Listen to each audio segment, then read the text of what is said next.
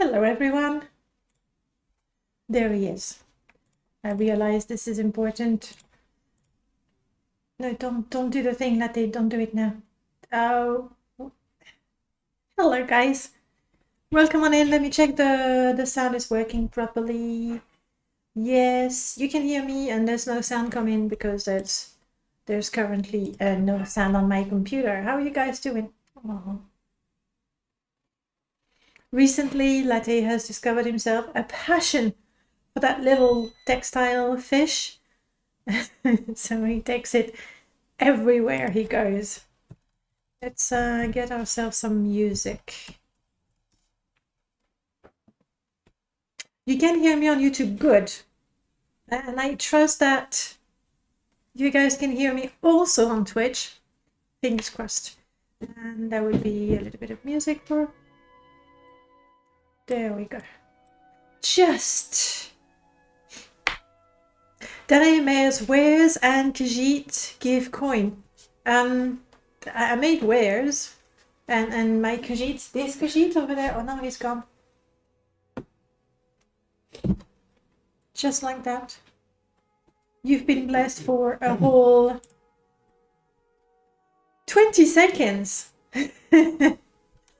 20 seconds of latte, that was it.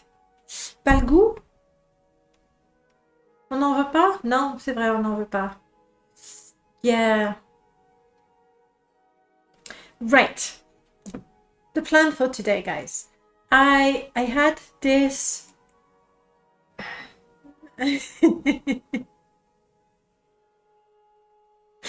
Thank you, Soltas. The plan for today. There we go, we'll get there. I suppose I can enable my boom, boom, boom display. Here we go. Here's a story. It's a little story. When I started working on Friends and Fans, that was many months ago, and I hatched my secret plan, and I was like, yeah, I'll release it in May, 1st of May for the May Modathon. Perfect. And it felt like I had half a year. And then suddenly I realized, I was like, oh crap, this is April already. So it's been fun. I've had lots of fun playing different games, which is something I wanted to do. But now, let's get serious. I have to get back to modding. And the problem when you work on a large mod that you started like more than a year ago, every time you take a break from making that mod, you need to sort of get back into it, like understand how far you got, what you wanted to do, if what you did is good and everything and all that. So my plan for today, I want to test a number of companions because I haven't tested them in a long time, which is great. Something happens when you... Friends and fries. Friends and fellows, friends and fabricants. I mean, this is gonna go on forever. Please keep your ideas, friends and ferns. Yes, it's a mod with special companion mods where you can tame the plants. Thank you, love. And just so you know, I'm drinking tea today. Dregs and legs. Keep your mod ideas, okay? The day I finish Friends and Friends, that's Friends what... furniture? Huh? Friends and furniture? Friends and furniture? Sure, we'll put it on the list. I would go for that. Hey Alondro, lovely to see you. I didn't say hello to everyone. Like I caught some of you as you entered the chat.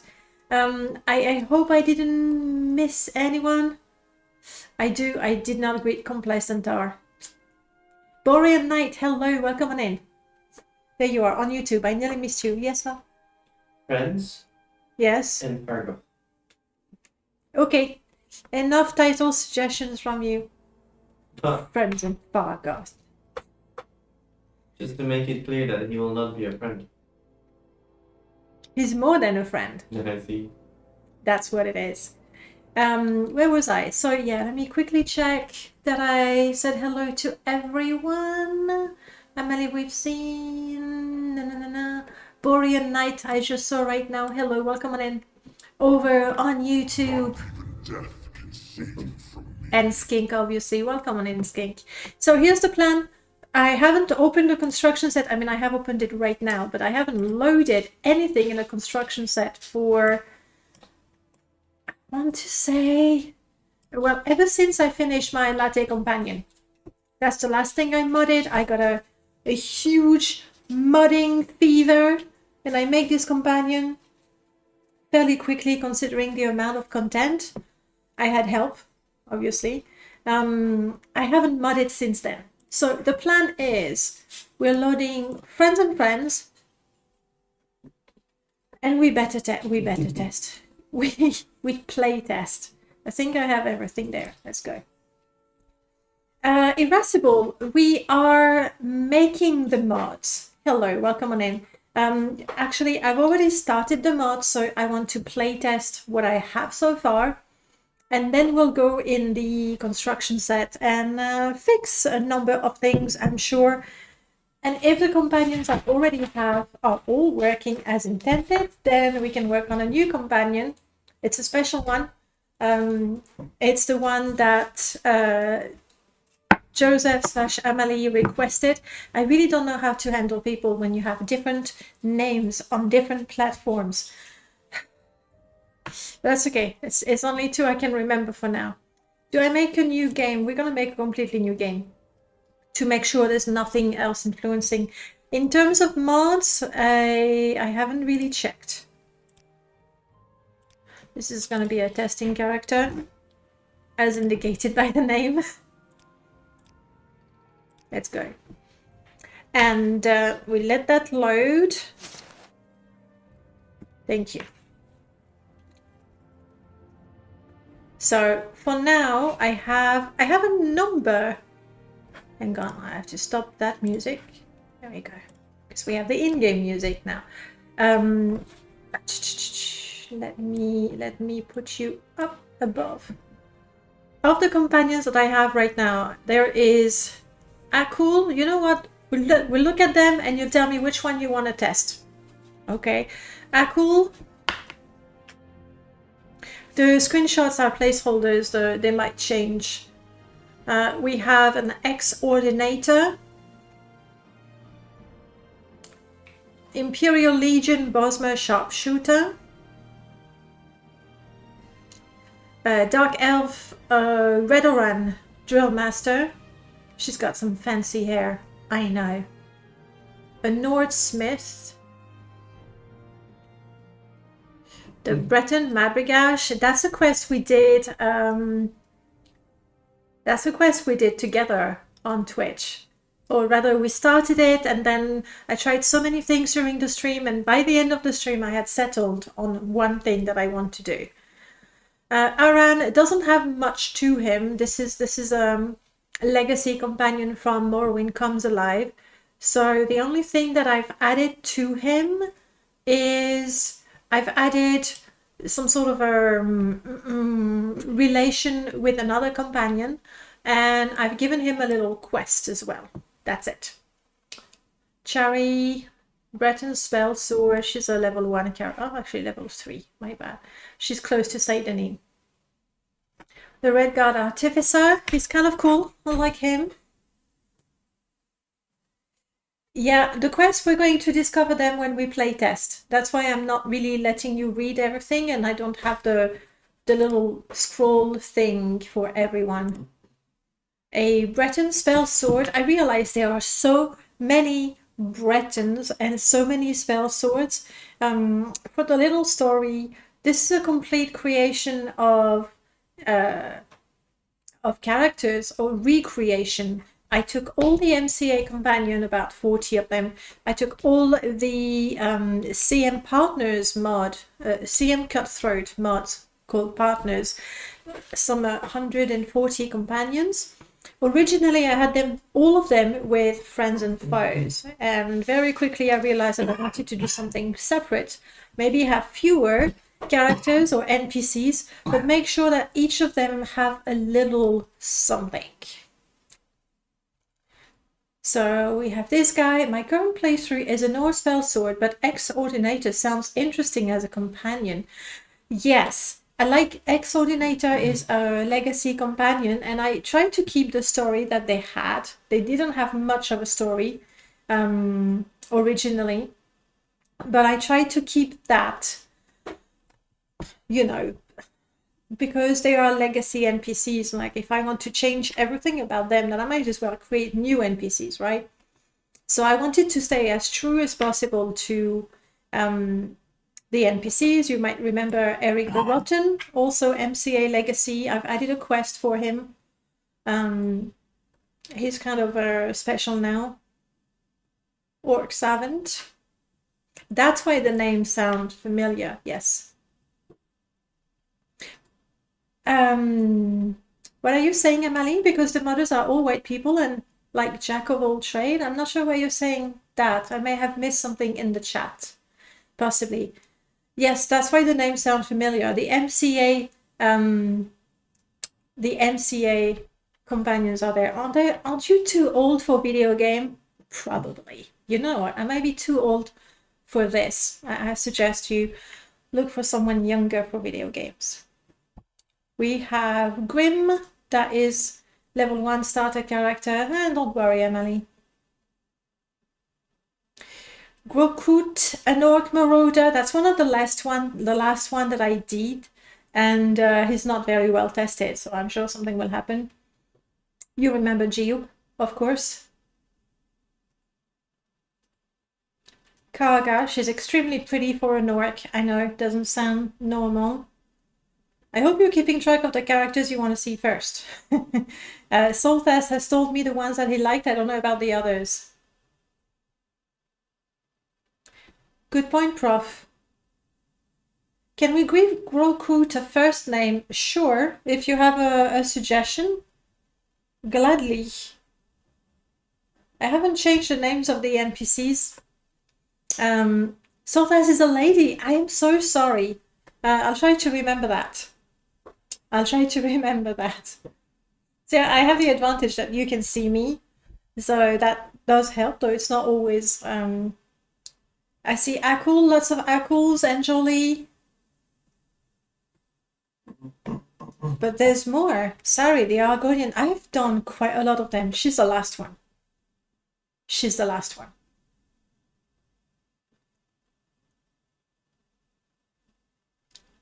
You're a streamer too. I don't think I've ever seen you on stream. To be fair, I don't stream very often, like once a week, barely.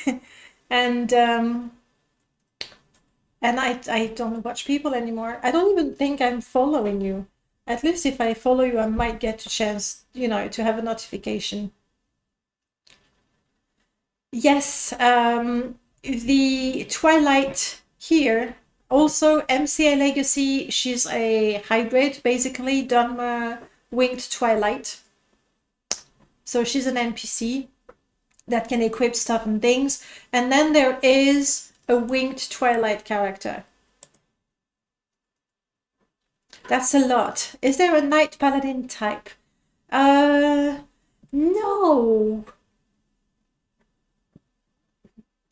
No, there isn't. Master at Arm, but she's nothing like a knight. I don't think I have one planned either. I really like this. Like, ever since Arcanum, I really, really wanted to have an Orc Savant. I'm not saying it works really well with Morrowind, but we'll see. All right, so I see of the people, I have Akul, Angeli, Eric the Rotten I've seen. You used to stream more often. Hello, Jeremiah. I really used to stream more often. For a while, it was actually 3 times a week. And Monocle, no.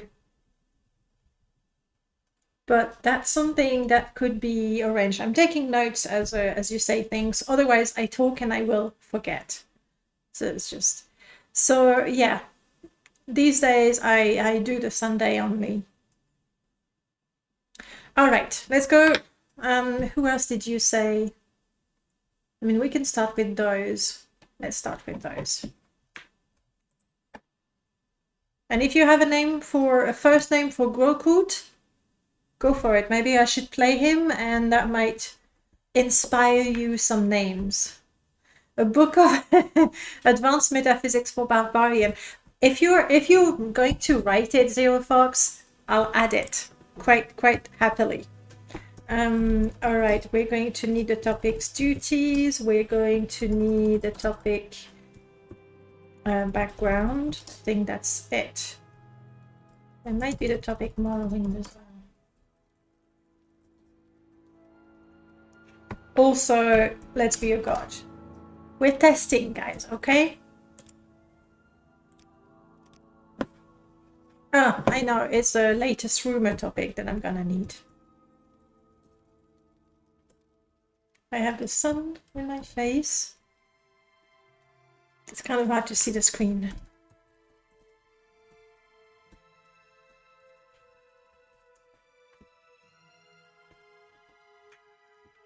I'm not even Strogar Grokut. I don't know, Strogar makes me think of a Nord rather than an orc. My son, okay, we have the classic Souls time.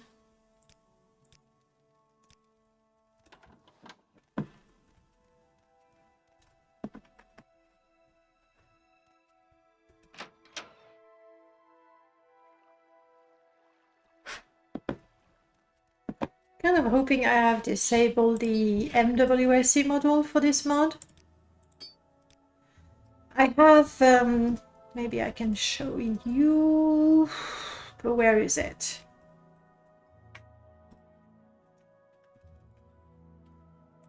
I think it's there.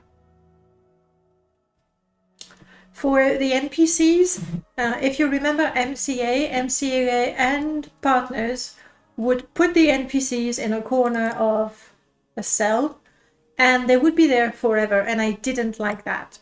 With friends and foes, when I added the companions, I put them in level list, which may cause issues later on with the companions as they might disappear.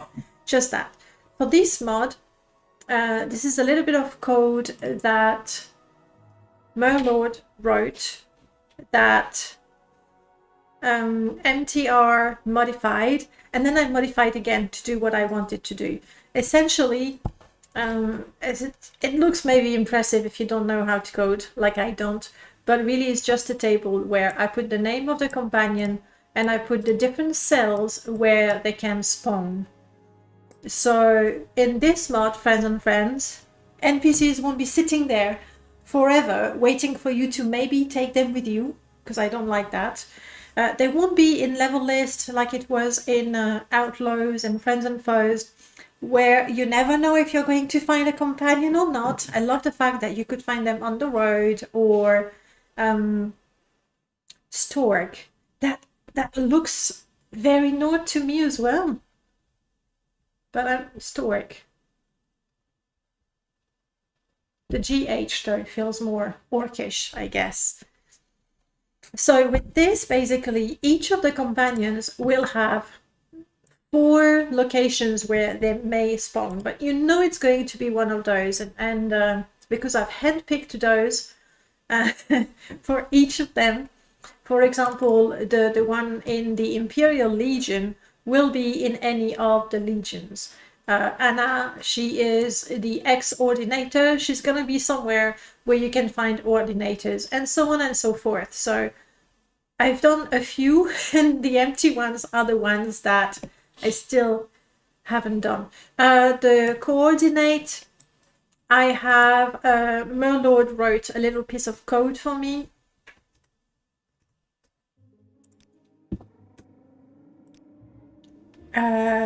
What is it? Player log, location, I forgot. I forgot. But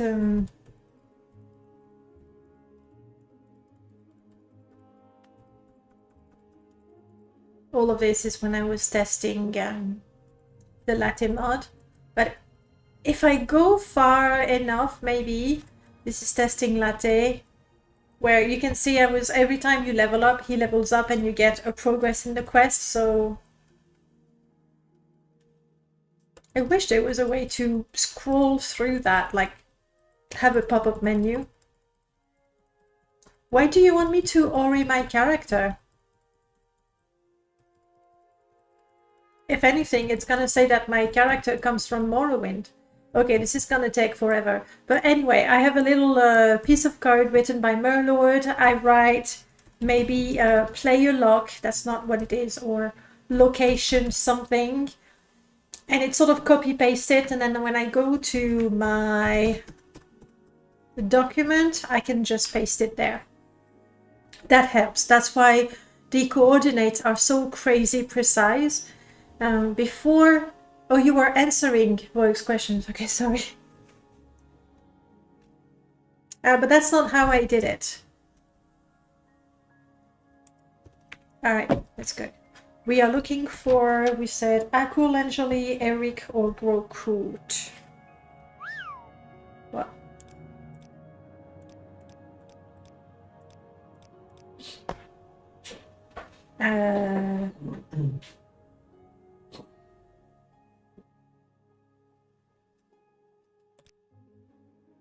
What can I help you with?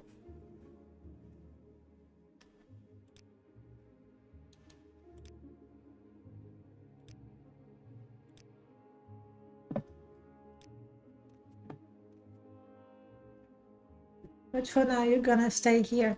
I realize now. I think I must have modded on a different install because I don't see the option for my third companion. For now, you can stay here. We will test you later. I haven't played SR in a very, very, very, very, very long time. Alright. Akul should be in Suran. If I haven't enabled the random locations.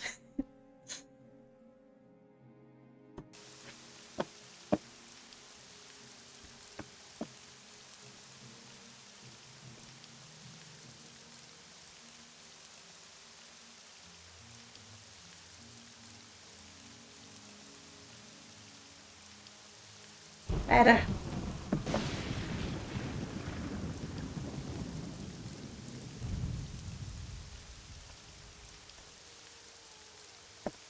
Say your business. You're not Akul.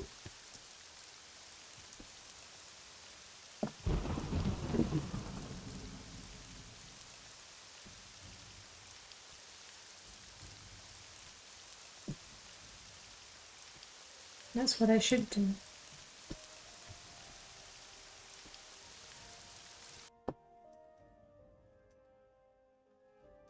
Fresh game. Outlander. Okay. I have the random locations.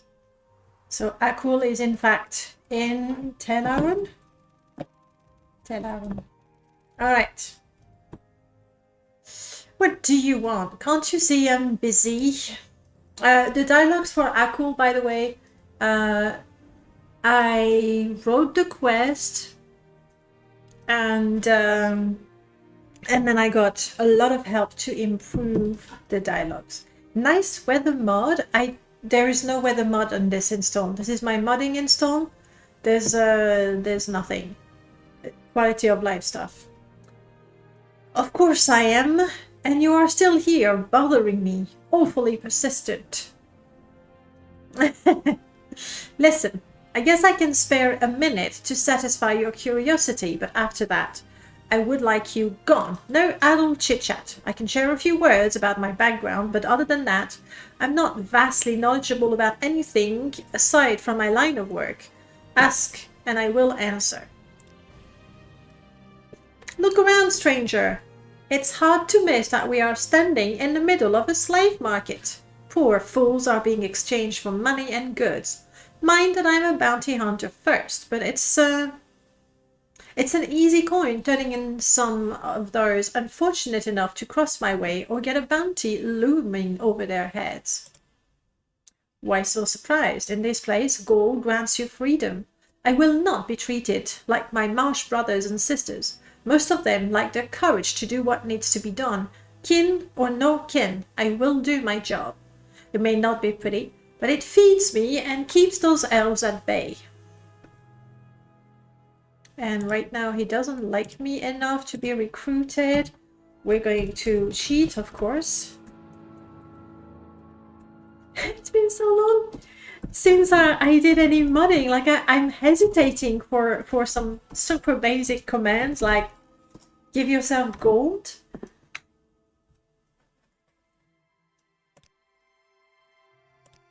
There we go. That should be enough. He does have a character development. Like that's exactly what I'm trying to do. Like it definitely is not comparable to, you know, those top tier companions such as Julan. That is really the reference, because there's already 20 of them. So nothing as in-depth as Julan or a lot of mods that have, or my latte companion mod. It's just one companion with 25 quests. That's all we have here. Instead we have 25 companions, each with one quest. But he has his own quest that has to do with his background. He's got a number of things. You remember the quest in Suran where there is that other bounty hunter that is trying to find Heidi's eyes? I don't want to spoil it for you if you haven't played. There is an interaction between Akul and that quest. Depending on how you do the quest or whether you're friends with Akul or not, you will be able to sort the situation in different ways and end up with an extra companion. Let's be friends, Akul.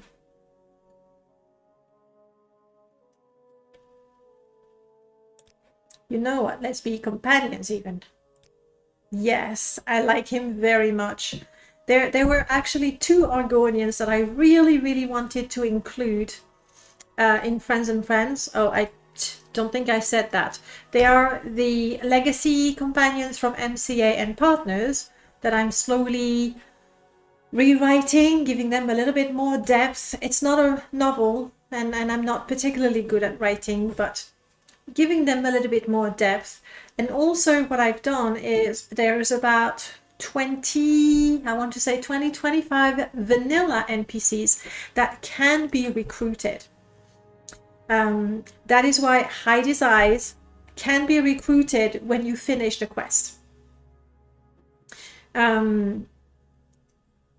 But the other Argonian, vanilla Argonian that I really like is the one from the main quest, the Morectong one. What's the name of this one? You know that you have to escort 2 Jabashas? You see the one? But that one I could not make part of the mod because to be part of the mod, the NPC needs to not have a faction and not have a script. And that particular Argonian had both. That's the one, Hulia. So Hulia is not in this mod, and I really wanted that one. But hey.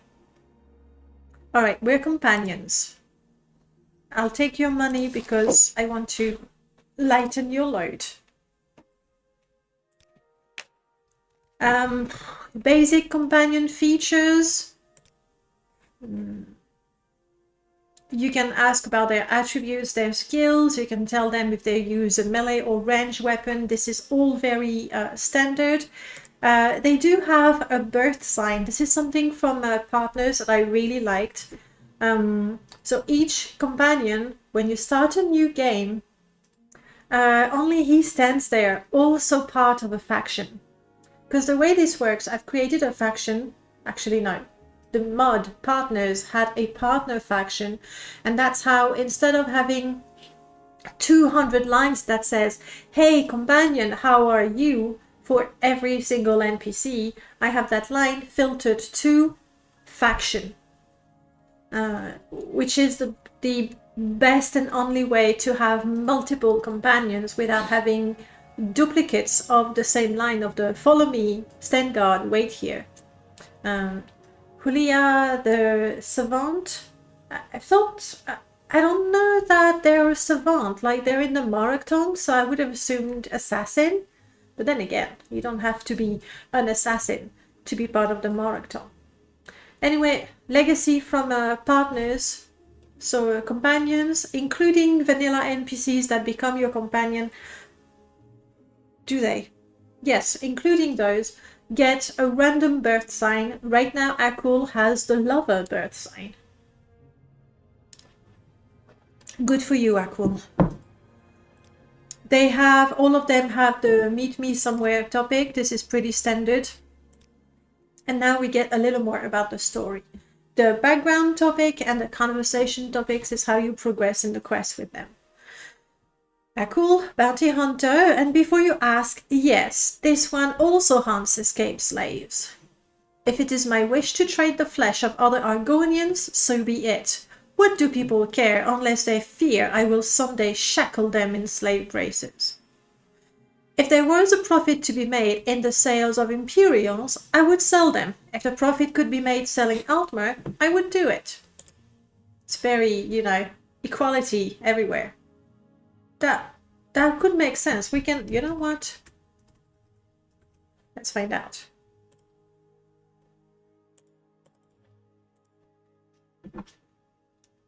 Yes, they get exactly the vanilla effect of the birth sign.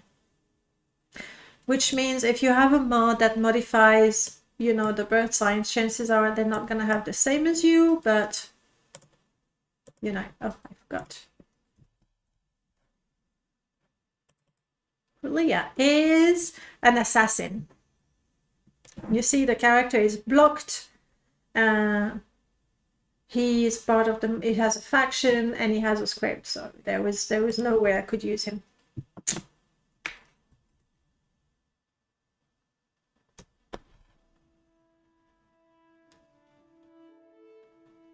Is it only Khajiit saying this one? Now I'm doubting it. I think it's Argonian. The Khajiits, they would refer to, they would say Khajiit is happy to see you. Okay, chat, help me out. This one, because if it's not an Argonian thing, then I need to change it. But then again,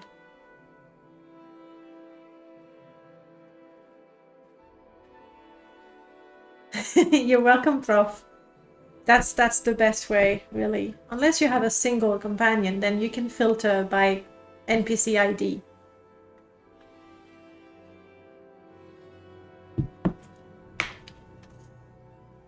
We'll check in the construction set. Thanks, Essa. It might be both of them. For example,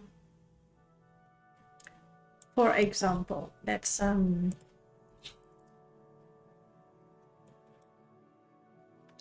open up the dialogue. Argonians use the first person, but here when Akul says this one, it means the one talking to him. Let's go. No, that's not what I wanted.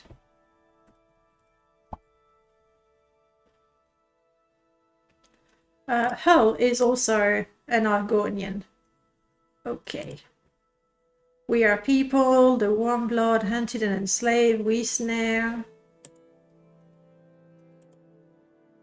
If you're looking for that's not specific for Argonian. I am sure he is not the murderer. I'm trying to look for, you know, specific dialogue filtered to Argonian, so now I have whole dialogue and Hull is an Argonian. I'll have to research. Let's see. They do in Line's voice for sure. In Line's voice. Yes. This one. Like I can hear it. You want me to make a search? You mean like up here?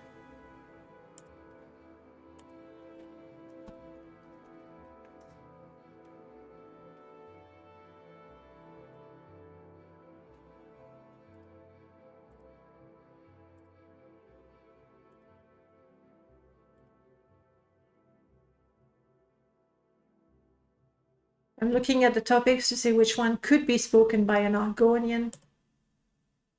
Like I see a number of this one, but you know, they're saying this one is. All right, I'll look it up later, because that if we get stuck combing through vanilla dialogue, we're just not going to get anywhere. I would sell, okay. But as it stands, the other races call us beasts. So beasts, we shall always remain if we submit. I do not care to find myself in shackles one day, and therefore I will defend myself with gold if my axe fails. So that's his quest. It progresses when you go to Talaran, and he's level 7. So we have to make that happen.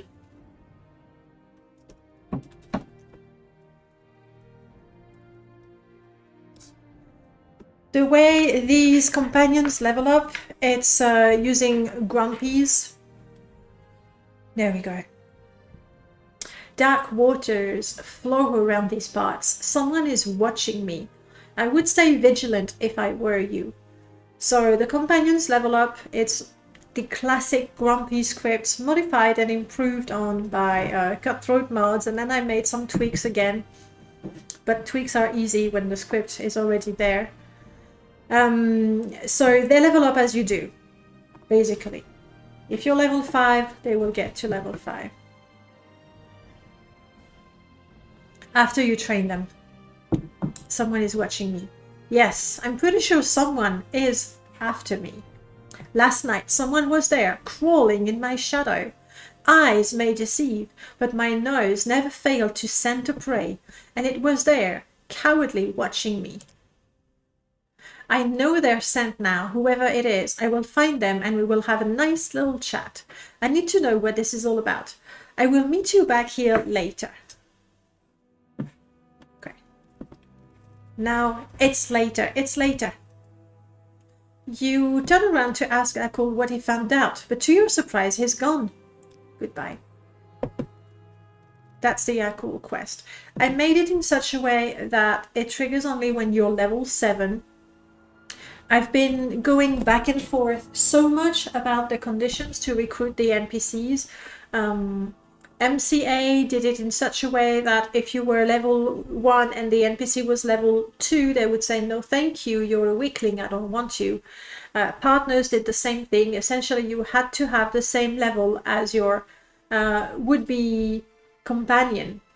And so, thank you, Arachnid. It's based on the Grumpy script, the template. And so I was like, do I want to do that? And at the same time, I really wanted to create, how to explain, some sort of network, I guess, where when you start your game, you would go, all right, I'm an orc, so I should seek out Grokut, or you know what? I'm gonna be in the Legion. I should try to find Anjoli. You know, where based on your character and based on the information and the NPCs that you have met before, you could say, okay, for this character, that's the companion I want. And I also wanted each of the companions to kind of know each other. And I definitely didn't want to add more conditions. So Akul, for example, I don't remember what level he is, maybe 3, 4. I'm only level 1, but he joins me. That's it. So if you know where to find the level 30 companion, go for it. Have it. However, for the quest, you need to have spent some time with them. That was the idea. Mouthy lizard. I don't trust you enough to talk about that. Fortunately, I have money. How about now? The lizard? Of course I saw him. This morning he was talking with 2 orcs right there, down the coast. It was more of a heated argument than your casual conversation, if you ask me. I don't know what happened later, because one of them noticed me. Believe me, if you were me, you wouldn't stay there a second longer. Uzgorth, Gra, Barkumpf, and Mogag, Gra Uguma are no joke. They are in charge of the slaves here in the underground.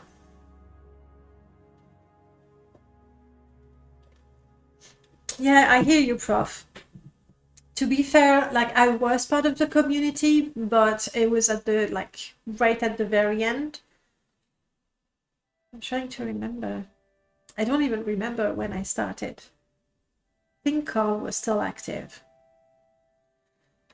But we have their legacy, so there's that. We want to talk to the 2 orcs that are inside. So far, so good. Let's check the journal.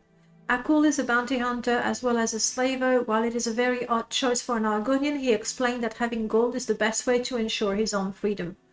While in Talaran, Akul said he's being watched. Maybe. He'll stay behind to investigate while I go about my business. Akul has disappeared. Someone must have seen something. I don't have a journal update for those 2 orcs, though. That's the one. Conversation. Ah, yes. Akul. The slithering beast escaped from Vartha's plantation a few years ago. He has traveled far and hiding in plain sight. Selling his own kind was smart for a beast.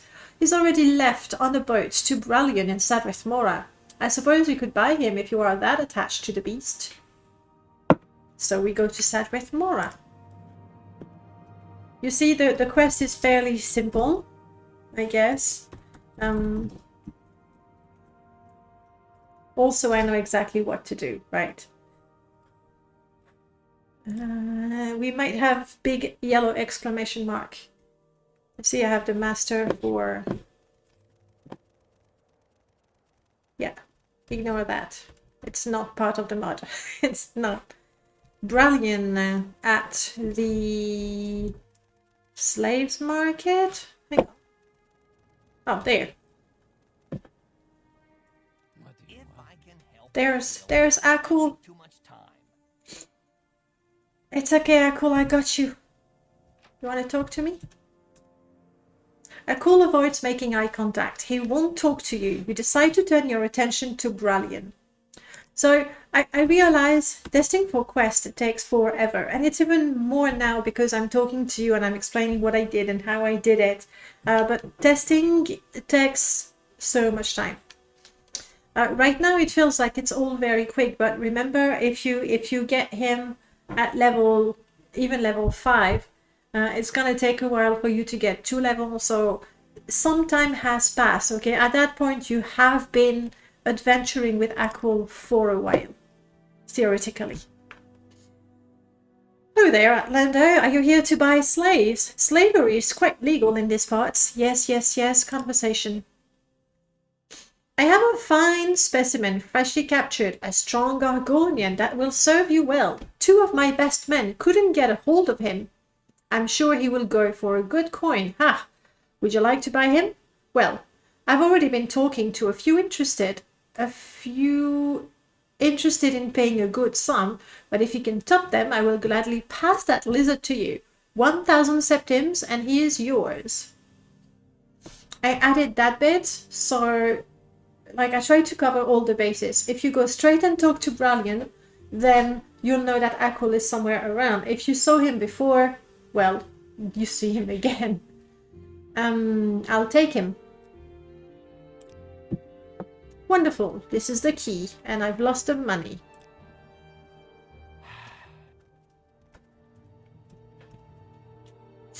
Ironic, isn't it? I don't want to talk. Just lead the way. It is a rescue, isn't it?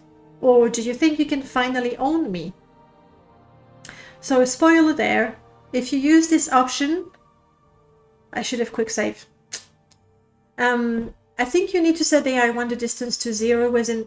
Yes, that's... The thing is, if I do that, then I need to reset it again. And I don't want to clutter the result box, you know. Here, I don't want to clutter. I already have a lot of things happening in there. Like for the quest, he stops following you, he stops being your companion, he's teleported. You get the journal update. Putting too many things here will eventually result in some unwanted What is this icon? This is new? No, I don't want. This is a new icon. I'll have to find out. So in the end, I decided not to because I like him, you know, going in tiny circles in his cage. I think it suits his personality to sort of be raging in that cage, refusing to talk to you. And here, if you tell him, I paid good money for you, shut up, then he attacks you. So I thought that not only was it simplifying the number of lines I had to put in the result window, but also it sort of makes sense with the character and what happens next. But we're friends. Thank you. I owe you for all that happened. A debt I'm not sure I can ever repay. I can help you on your travels now as a free man. Maybe I should change that. That's what it is? It's been forever since, like, I haven't modded since I did the Latte Companion. And the guys have been updating the CS SE quite a bit. That is very cool. I like that. I'll have to test it. So now we have done the Akul quest. He gets a buff, which increases his health. Basically, he's a bit sturdier and he's not gonna need so much babysitting, I guess. A visitor.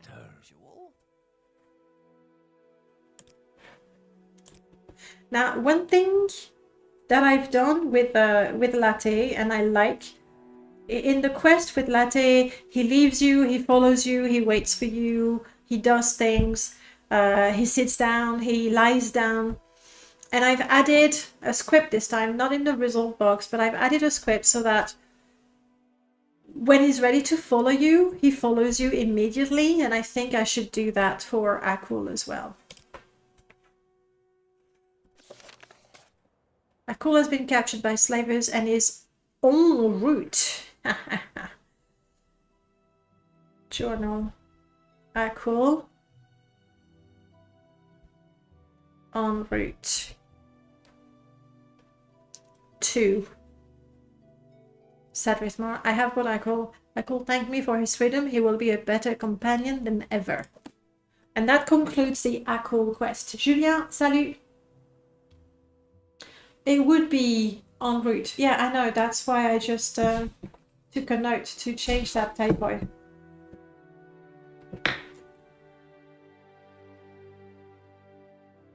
Free person is better. Thank you. All right. We are going to keep Akul with us so we can test the Hide His Eyes quest with him. And then we'll go in the construction set. I have a couple of things. Aha, in the journal as well. Thank you.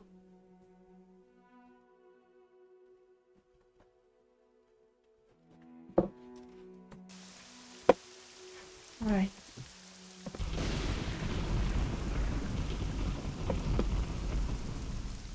And yes, even though I cheated my character to be fast, I'm still jumping as if it mattered to increase my acrobatics when I'm testing a mod. Old habits die hard. This is an honor for me. All right, now we're gonna have to save.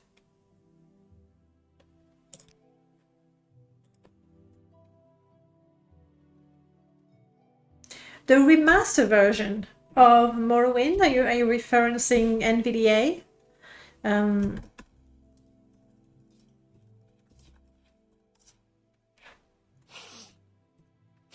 Alright, so right now I have Morrowind 2. We already have a mod, Morrowind 2. Hey there, stupid slave. I can find the slave for you. He has the topic conversation, but he's not going to be my companion until I have finished that quest. one way or another. Right. If you have Akul with you, he actually, because he's an Argonian, yes, I will train you. The not even Contraya. There was a Contraya. I heard it, Max. I completely heard it. It's you. It's on you. The leveling up in many mods, MCA companions didn't level up, and I didn't want that. Grumpy's companion level up as you do. Like you become level 10, they become level 10. And I wanted a little more, so I've kept and modified the training feature. Essentially, yes, and it's both an impressive and a terrible mod. I remember we tested it together on stream. So the leveling up here, when your level is higher than your companion, they ask you to train them. And then, if you keep your companion for 24 hours, they level up. And right now I am level, well, 10. And so if I sleep, if I spend 5 days with Akul as my companion when the training is on, every 24 hours he levels up. So it takes a little bit of effort to level up your companion, and you definitely have to keep them with you. You can't park them somewhere and then you come back to them when you're level 20 and boom, they're level 20 as well. So now Akul is level 10. Not that it does him, a lot of good. I am already training you. You're happy? Okay. Back to the quest. Because he's an Argonian, he is perfectly able to tell me what the NPC... You know the quest? I don't want to spoil it for you. What the information you would get, he can give you. So I don't have to go to the slaver. Does he level up if you sleep with him for a week? Yes, right now I waited. So if you were resting for a whole week, it would level up. Yeah. No, he's got the droopy ears and just a horn there. I kind of like I selected the head especially for him. What things? The little horn sticking out? It's pretty common in Argonians. They can be anywhere, especially, in the central part of the face, from the nose to the back of the head, actually. And he's a bounty hunter. He needs, he needs to look a little mean, I guess. Oh, he looks good. And I wanted a face that would work even if you keep the vanilla body. Oh, you don't know what to call the ear things.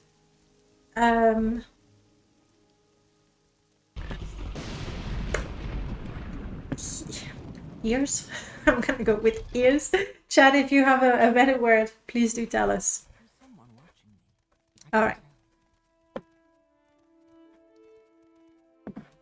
Hides his eyes. Also, look at that. A horn brother. The prey approaches. That would be horn. That's a... It's not a flipper, I guess. Now, I don't remember exactly, but I have Akul with me. I don't think Hides his eye is gonna be ear horns.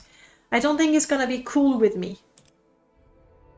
He's not gonna join me. Fins! Thank you, that's what they are. Thank you, Issa.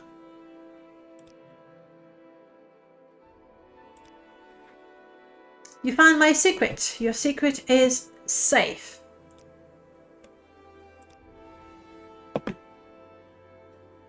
Can we be friends? There we go. Like, even if I do the quest in his favor, because I have Akul with me, and I'm, Akul has been a bounty hunter for a few years. He's quite unique in the way that he's a bounty hunter, Argonian bounty hunter, even selling slaves or escaped slaves. So Hides his eyes, wants nothing to do with me because Akul is my very good friend.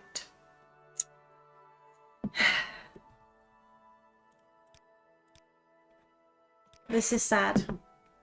But Akul is worth it, I'm okay? waiting. Akul is worth it.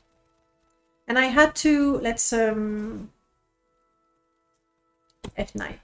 I had to carefully try to tangle my Akul dialogues with the vanilla dialogues as well. And one thing that I never liked,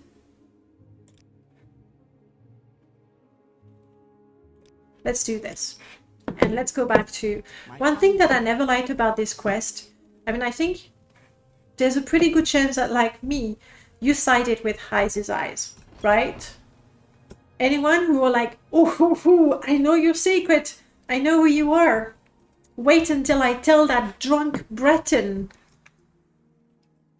waiting at Desiles while I'm doing his job. Anyone ever sided with a Breton? Ever?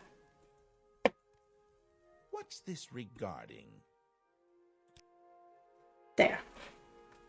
If you do side with him, you get a little bit of money and that's it.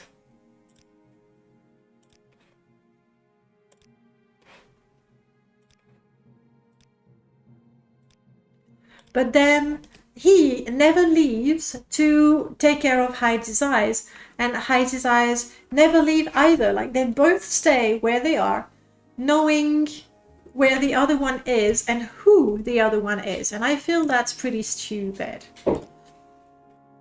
So because I sided with him, he can be my companion as well. You sided with a Breton by accident. So in that quest, depending on who you side with, you can have Derek, or you can have Heidi's eyes. Oops, naked ladies. But if you have Akul with you, Heidi's eyes will not join you. He has his own quest. Let's test that while we're here. There's not much to say except stuff. I am a failed bounty hunter with a drinking problem. My latest success, finding Heidi's eyes, is proof of that.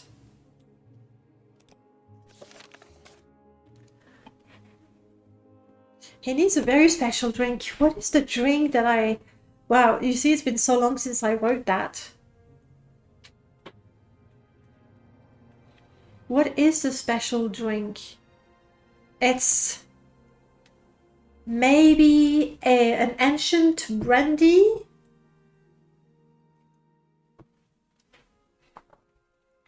I know, there's this face from Tamriel Rebuilt that I absolutely adore. Edward. And I gave the face to Edward.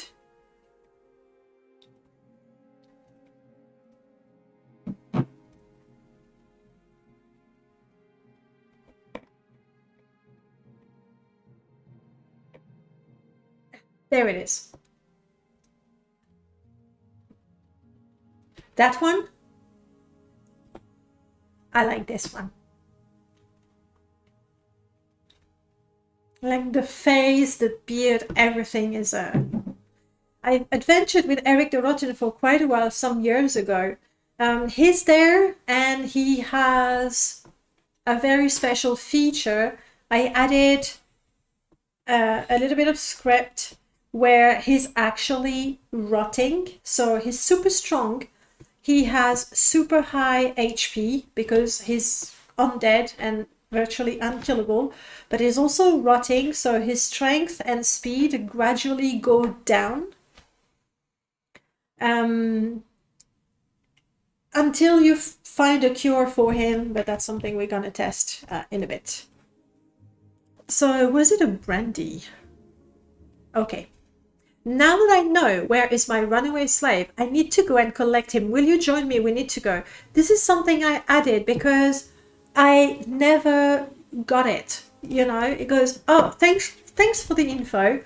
Here's money on that bounty that I'm going to collect. And he never collects. And that always, I don't know, baffled me, I guess.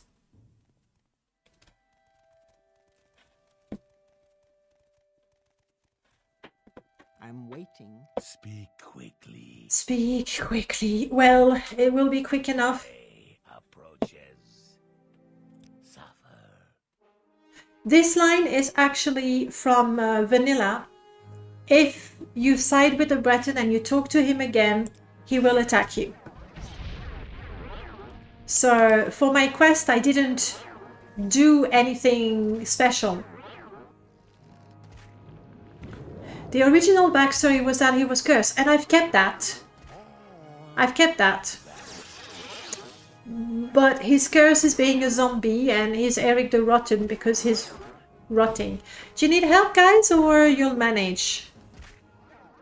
I mean, look at him. He's pretty good with a paralysis when he's not drinking.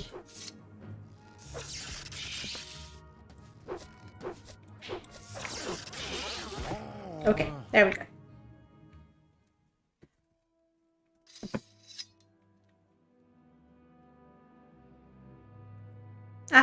Yes, I forgot that. If you take Derek with you and you have Akul, Akul is like, oh, Derek is a disgrace among bounty hunters.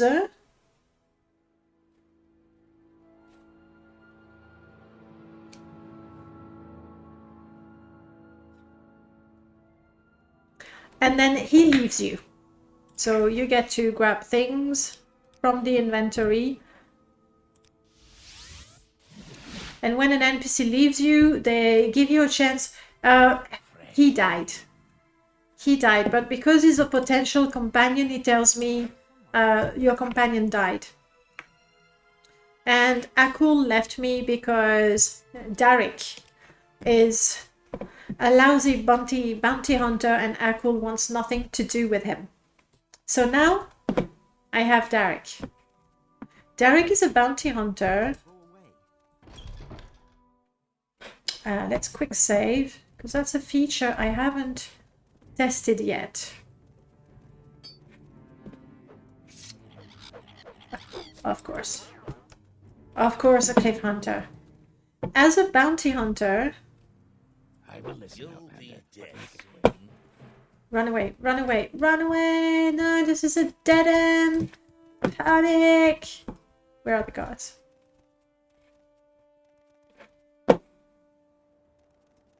Okay, I should have a rather high bounty. With Derek, I've given him just a couple of things. First of all, the quest is the vanilla quest. So as far as I'm concerned, he's got a quest. Then, come on, Derek, dude, buddy.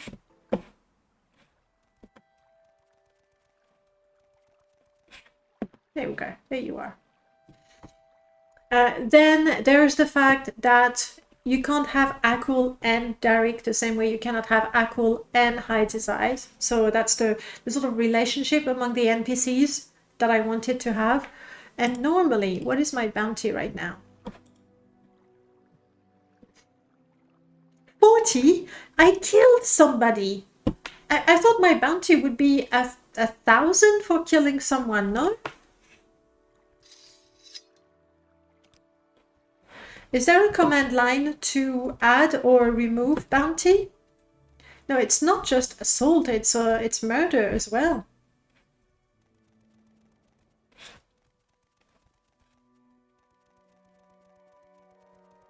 I mean, how many more people do I need to kill to get a bounty? Quickly, Outlander. I haven't much time. You inward.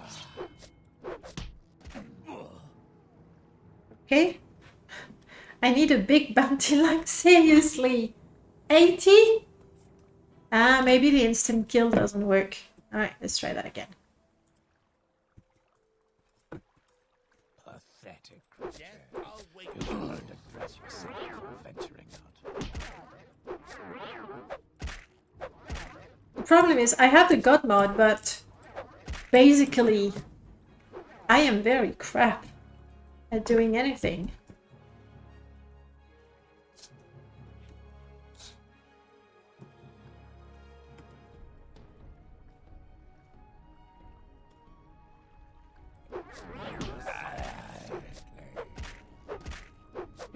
Okay, at least when I hit, I do some damage. Derek, you're not helping. There we go. What's my bounty now? Still 80.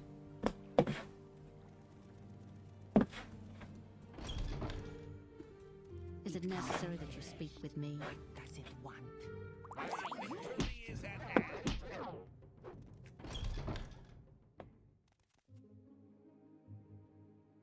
Still 80. I don't know what I need to do. Gotta have witnesses. Death awaits you.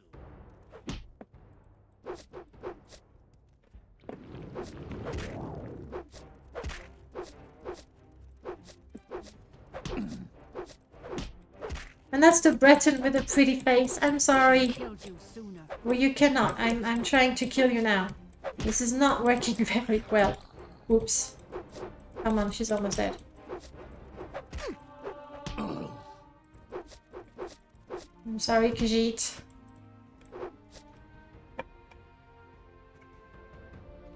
Guys, I have witnesses and they don't care.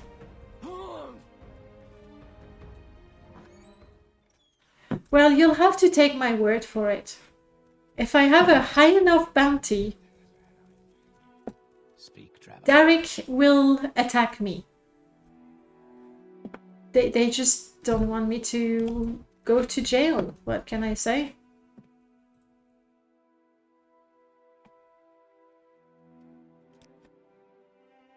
If you know a command to add bounty...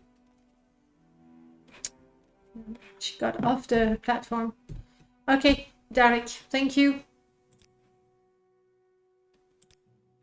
Your job is done. Well, Thank you, Glisp. pleasant company. Please Set. share your thoughts. PC. Crime. Level to 1000. There's a cheat code that I don't use often. We're good. I know you, the notorious outlaw. Ah, there's a problem there. This, I'm guessing, is a special greeting line. Because I've given him a greeting to attack me. But I know you might be higher. Alright. Okay. Bye. Time to fix a few things. Yeah, exactly. Sometimes you get a bounty and you're like, come on, dude. I did nothing wrong. Alright.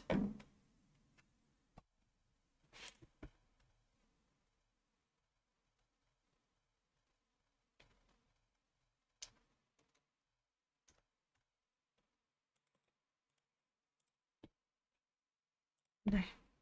I have the feeling that this is not my latest version of the mod.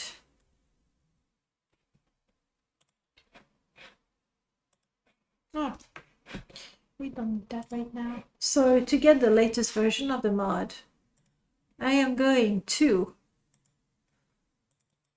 go to my external drive. That's not going to be complicated at all. MO2 mods. Friends and Friends Alpha. That's the one I should be using. Modding install, data files. Replace. Okay.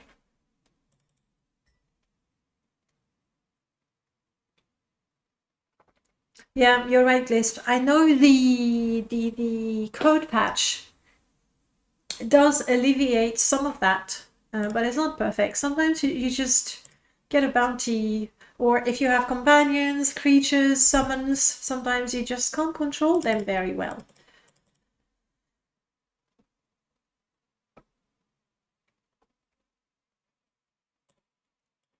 All right, we need my friends and friends.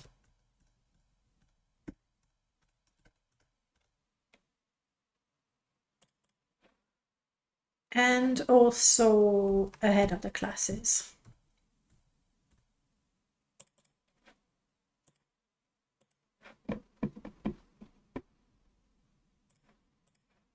Let's go.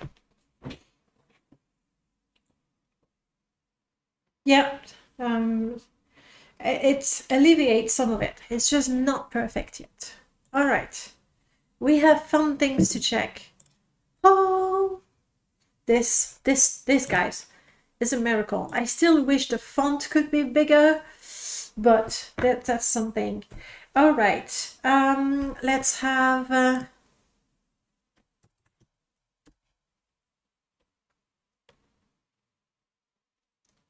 What did I call him? It's been so long. Comp Akul. We have Akul.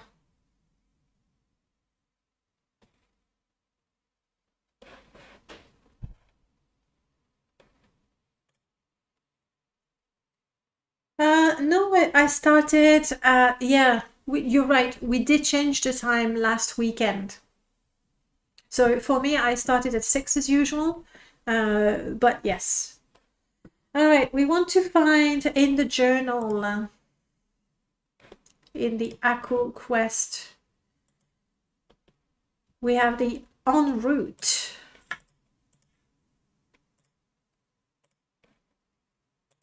I wish the font could be bigger.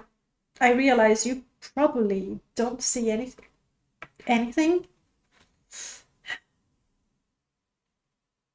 Only the US has that? No. Most countries have it. There was talk in Europe to not have the daylight saving anymore, but all the countries cannot agree on whether we should stick to summertime or wintertime. So in the meanwhile, we keep switching. So en route, done. 3-person. And that's Akul talking. I believe it was a greeting.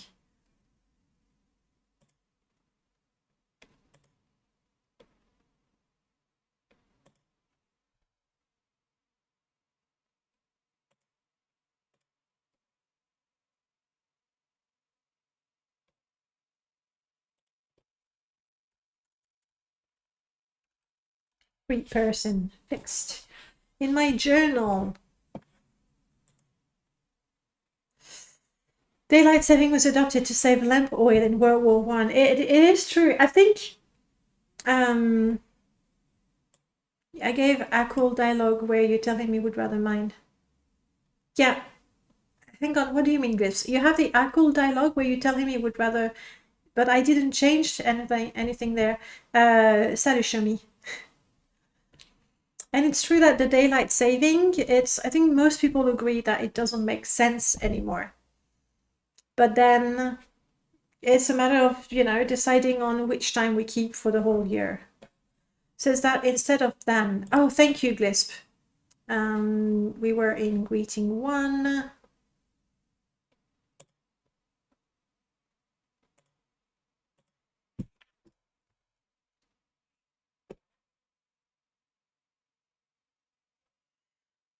You'll be better with me than mining ebony. Got it. Thank you. And I have an Akur somewhere in the journal still.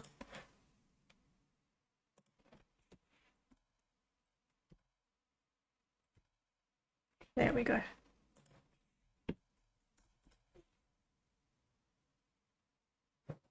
And then we have Akul talking to us in the greetings about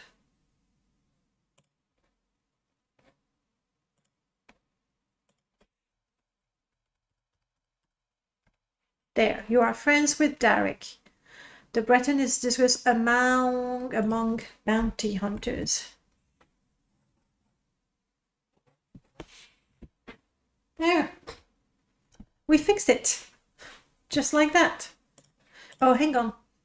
It's a rescue, isn't it? Yeah, I've got it. There is one more there. Wow. Thank you, guys. In my greetings. So we've corrected the then mining ebony. Now quit complaining. I paid good money for you. I will not associate him. Why not? Or you. Thank you. Something else that I missed? Because You're on top of it. Like, I'm the one taking notes, but you're the one actually remembering stuff.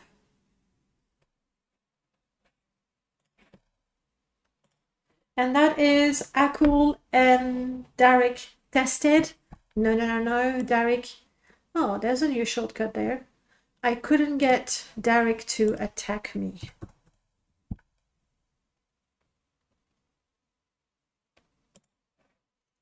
Why wouldn't you attack me?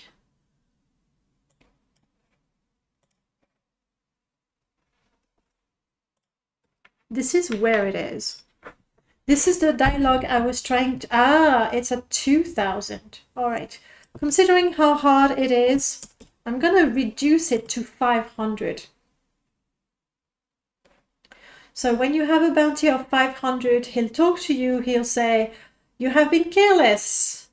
The guards are after you, and there is a huge bounty for your head on your head.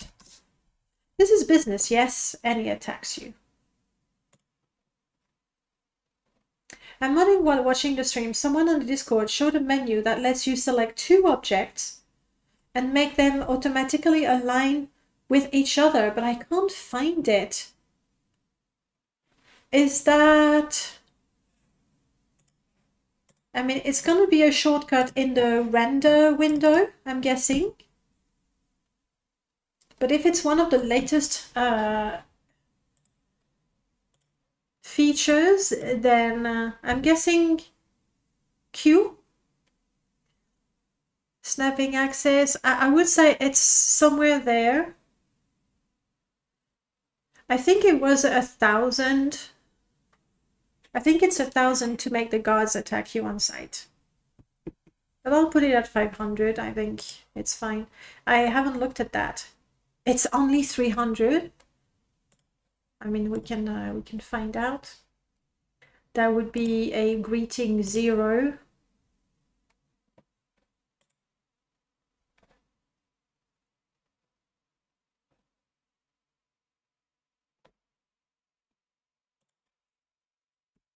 Easy crime level, more than 1.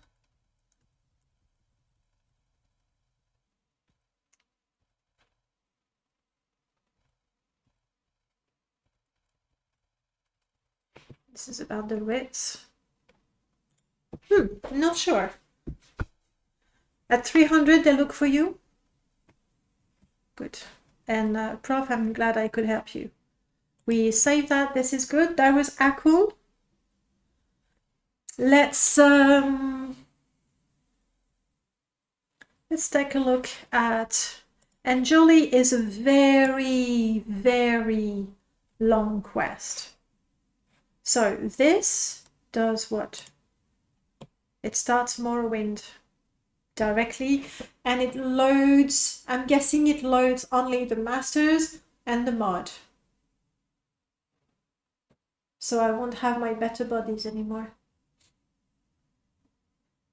That's okay. That's okay.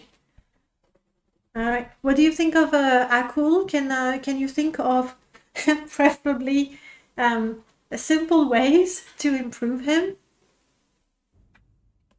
Keeping in mind that there's going to be ideally 100 NPCs like that. Let's try this again. I know I modified the plugin and you're not going to be happy, blah, blah, blah, blah, blah, blah. Sure. But I want to see if Derek is going to attack me. Because now...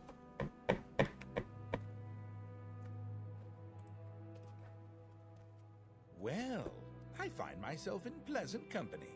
Please, See. share your thoughts.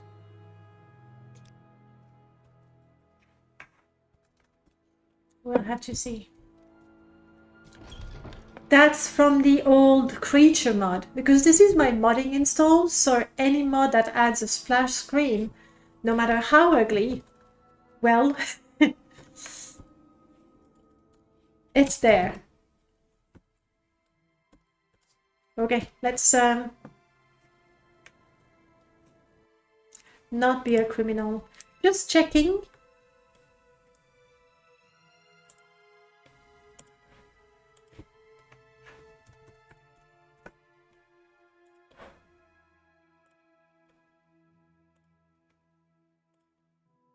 Okay, I did put more or equal to.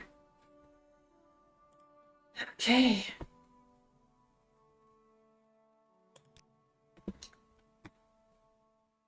Next up.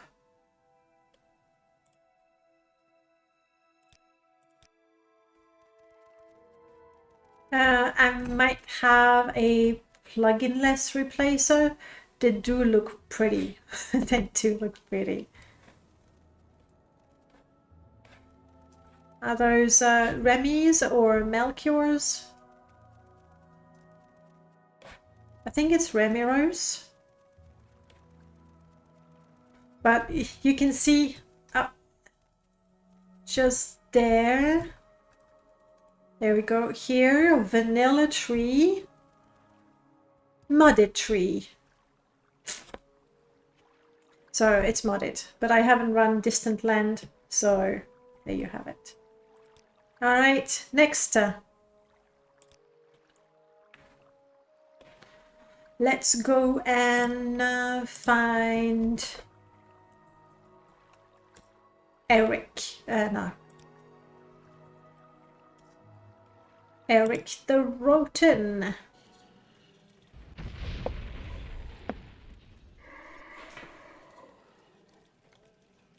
In Norvain Ancestral Tomb, Eric, if I'm not mistaken, I've put him in 4 different Bitter Coast tomb. Elira, Eric. Hera, Noravin, Samaris, which is his original position, and Saris. And they're all on the Bitter Coast. So, another thing about this bit, this requires NWSC, but for Open Morrowind users, the NPC will simply be always at the first location. So, you know. Alright, Eric. You don't look too good. What do you want? I want to give you money. There we go. I want to talk to you. Let's be friends. Let's be companions. Now, the original Partners mod had those things very, very similar to the Romance mod, where you can talk to them as a friend, and then they can be companion, and then they can be partners. The biggest difference with romance had the time factor as well. You would have to be friends for X number of days before they would agree to do anything more. Here, really, all these dialogue options in friendship, no, please, no hiccups. All those dialogue options, all they do is probably increase your disposition so that you can have them as companions.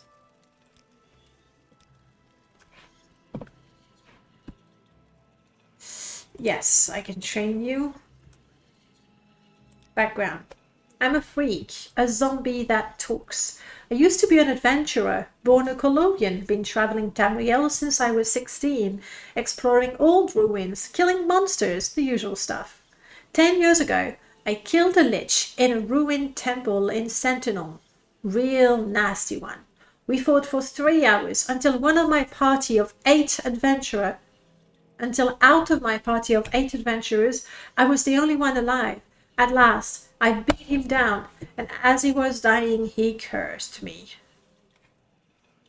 The date and time is useful for role-playing. Yes. I've also kept... No, actually, I removed them.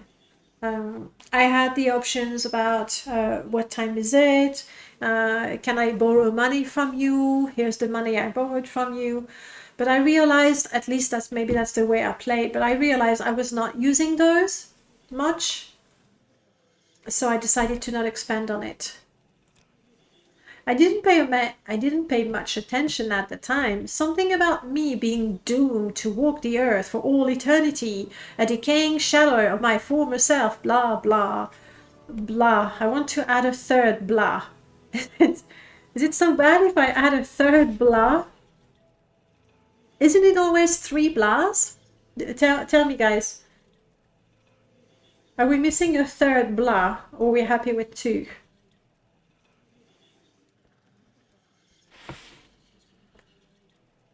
The moon face is good, yeah. There was also a mod by... No. I think it's Melchior who did that mod where you would get different passives. 2 is enough, definitely need 3. I need a third opinion, please. 3 and 7 are considered complete numbers. Well, 3 is the magic number in classic fairy tales, but I'm not sure that blah blah blah qualifies as a fairy tale.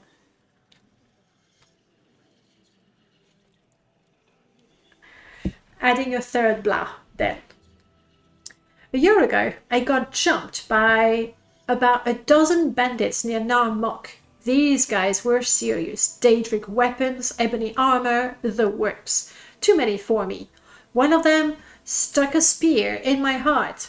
I blacked out and I woke up a week later like this. Been like this ever since.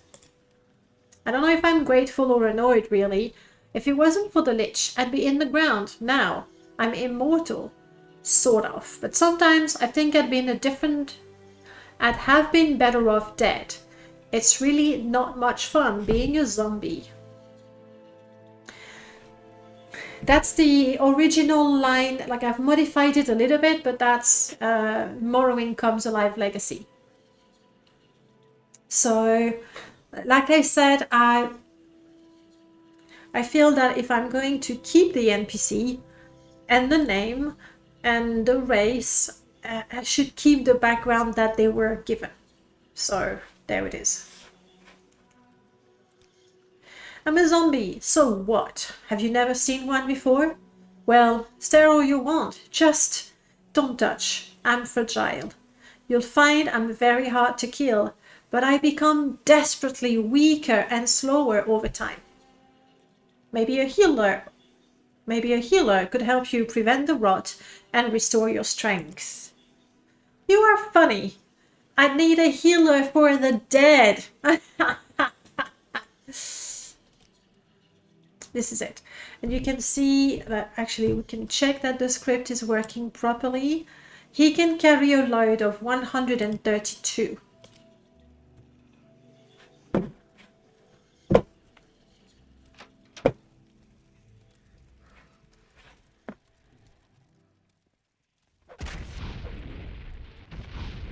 I don't think there we go.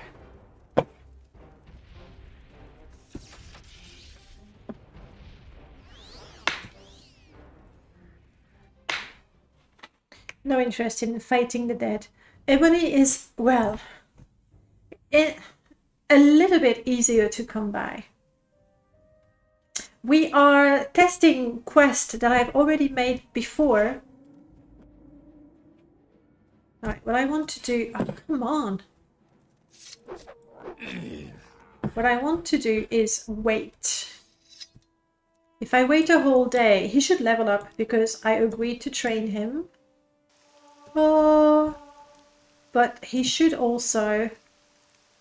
Now he's carrying more. No.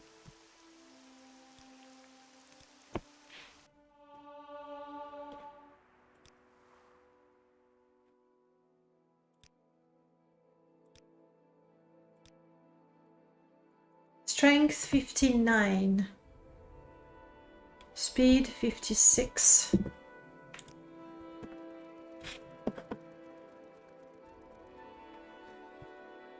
I don't remember how I made him rot.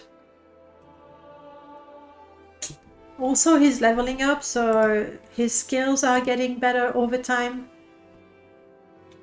+1, +1. Alright, he's got his quest. I need to find a necromancer, basically. And I do have 2 necromancer companions in this mod. And we'll test his quest and her quest immediately. My necromancer is Elira, I think.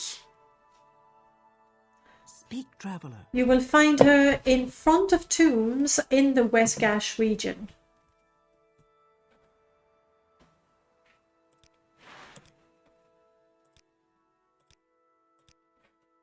Let's be friends.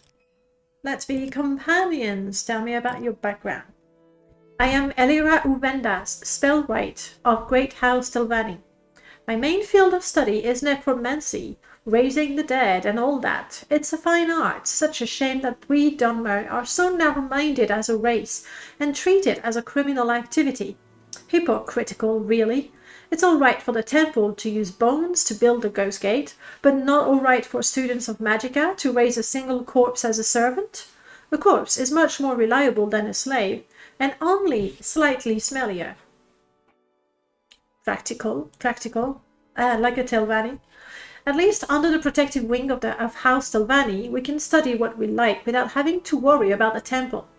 The mage lords don't let silly trifles like mortality or superstition get in the way of research. This particular companion, if you try to recruit her and you're a member of the temple, or at least a high-ranking member of the temple, she doesn't follow you because she doesn't trust you. You tell Elira about Eric the Rotten. This is quite fascinating. I wonder. I have a brew I've been working on that might help your rotting friend. Bring me 10 bone meals as soon as possible. I also need a mortar and pestle. So the quest is a simple fetch quest. No doubt about that. However, you would need to first recruit him and then to find her. And even though he'll always be in one of 4 tombs in the Bitter Coast, and she'll always be in front of 1 or 4 tombs in the West Gash region, it's going to take quite a bit of leg work to get both NPCs. So, what is it? Kill it. Let's...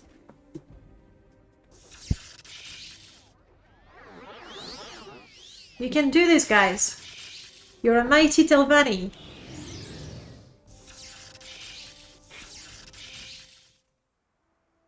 Well done.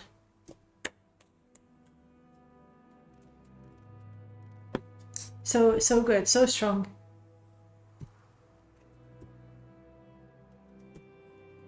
Let's get the items we need. So finding them really is, yeah, just look at them fight. Come. We want bone meal and a mortar and pestle.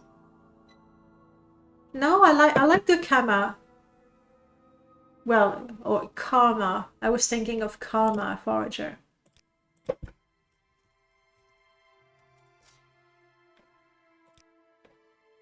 Up.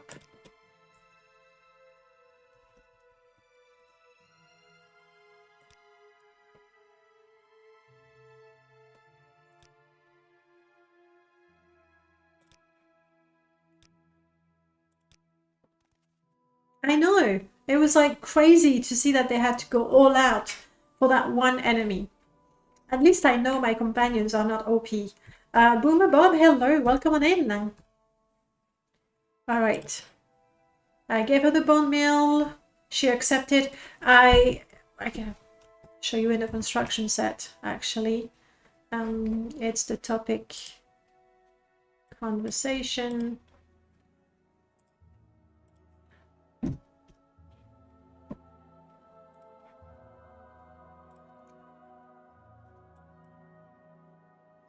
Elira. There we go.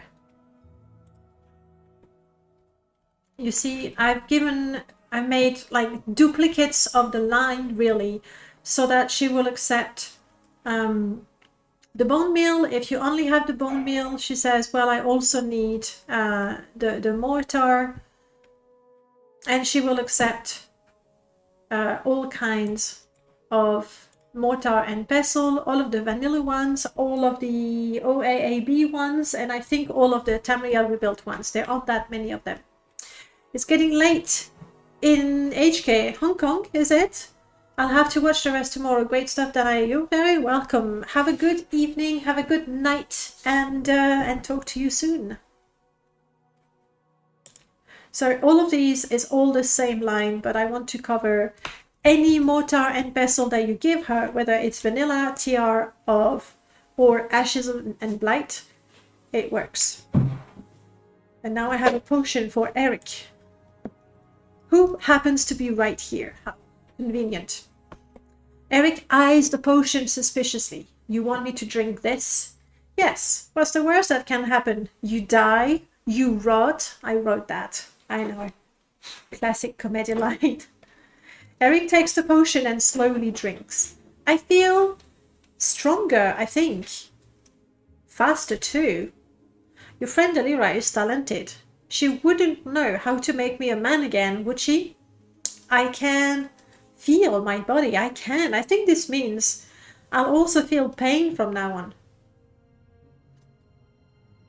Eric's strength and speed have been restored. And I'm pretty sure that his curse is not going on. I'll have to check in the CS. Because he should have his strength and speed slow down, so that at some point you go, all right, I'm gonna have to do something about it. Journal. But he's rotting, making him weaker and slow over time. A healer would not help. Yes, I checked that. Elira is a necromancer, and she is quite open about it too. She feels that being a man of affliction, it will restore his strength and speed, but he may become very mortal.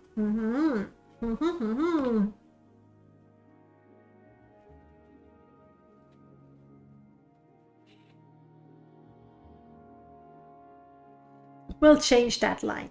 As long as the rot and the stench stop. I fell, of course.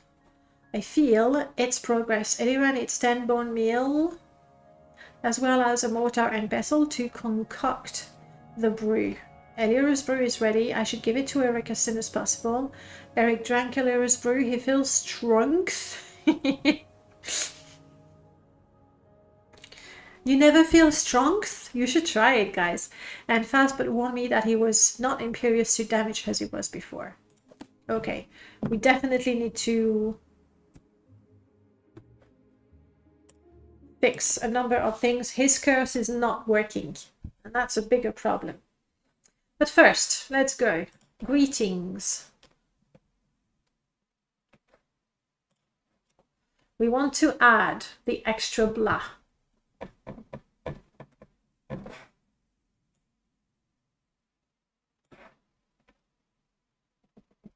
I should go.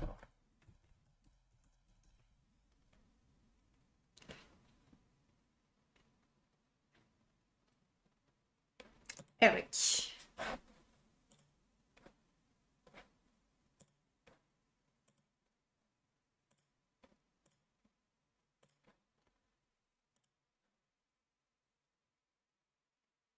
Blah, blah, blah. Is it blah, blah, blah or blah, blah, blah? I think I want to put commas. There we go. This one was easy to fix. There wasn't much to it. Everything else is happening in the journal. Eric.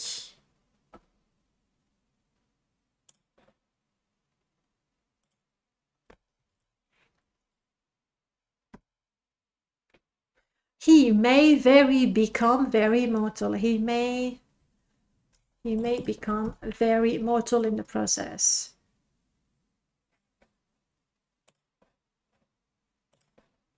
And his strength. And I forgot I fell. Instead of I feel, not the same. Okay. That was the easy part to fix. Now let's take a look at the NPC himself.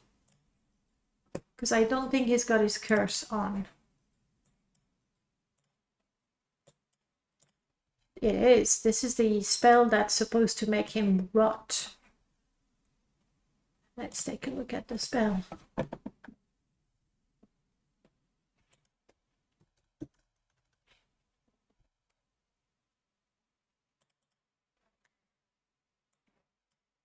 So, I'm giving him a spell that should damage over time his strength and his speed. However, his health gets restored very quickly. I'm going to change it for testing purposes so I can see that it's working. I'm going to change that for fortify health by 200 because then with the companion bar I'll be able to see when he has it and when he doesn't have it anymore. I might have to reload actually. And maybe the damage attribute was not strong enough.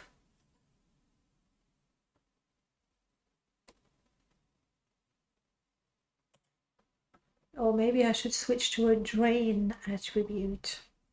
I always get the two mixed up.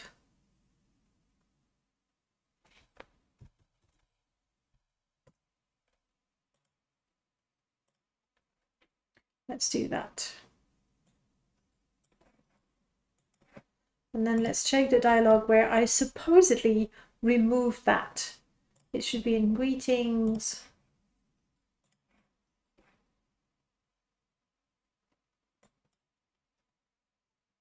Derek, Elira, Cornelius.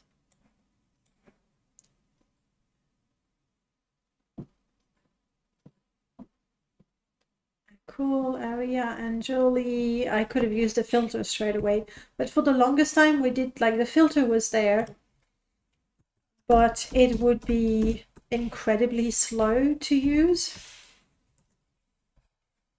It's much better now. So when he agrees to take the potion, the journal is updated, the potion is removed from my inventory, he gets his buff spell, I remove his rotting spell, and I restore his strength and speed to their original value.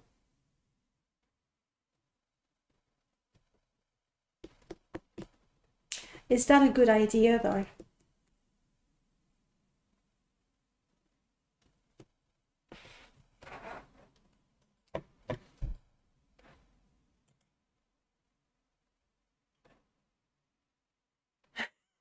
Sorry guys, I just moved the chat down, like I didn't see the chat going. Julien, you feel strong? That's good.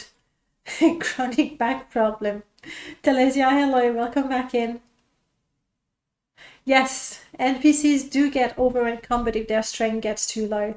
And I really want him to gradually, basically he starts quite strong because his health is always like he regenerates, which is great.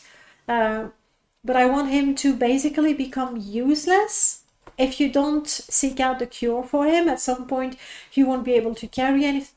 Sorry, he won't be able to carry anything. He's gonna take forever to catch up with you.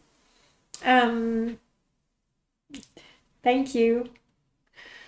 Like I want him to become useless after a while if you don't find a cure for him. And then later on, if you meet Elira and you go, aha, now I can cure him. Or if you find her and then you find him and you go, oh, maybe something can happen. We're gonna test that again. I was going to start the game from Rymash, but no, we have a quick start button there. Love that. Love that. Okay. We check the curse, and if it's working properly, Eric the Rotten will have been tested. But before that, I want to test Elira's quest. She has her own little thing. She won't join you if you're a member of the temple, because she's a necromancer. She's not that stupid. She can help you with Eric the Rotten. I mean, out of these two guys, which one looks worse? No, don't hide, Eric. He looks I worse. don't know where to begin. Z. It is such an honor to meet you. And there is also, let's go COC Balmora. You can specify quick start location if you press Q on an object. Yes, that is a great feature. I love it. Like you, but hang on, you mean in the, like I know in the construction set, you have the save state, and then when you open the construction set, boom, your mod is loaded, you have the render window that you wanted.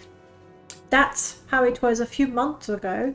Did they add that your save state will also start the game where you were? Can't imagine how that would work, but we'll test that. We are in Balmora. Oh, I've lost Elira. No, Eric. Go to Molagmar. Bye. This is a feature added today. Oh, right. Okay. Then I didn't know. I still don't. We have to go back for... We'll do Elira later. Okay.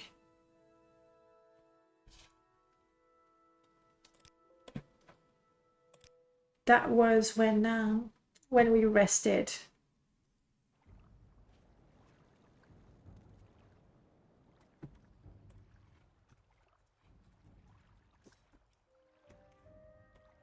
It's okay. It's okay, Eric. I gotcha.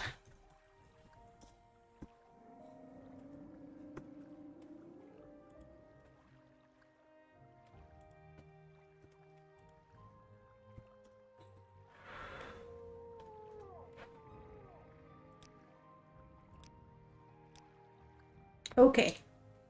He's got his extra HP right now.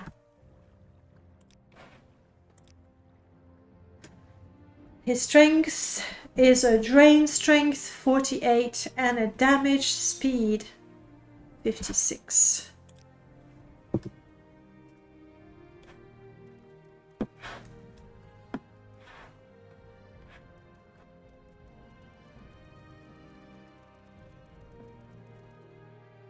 We have at least one new button. Is it the one?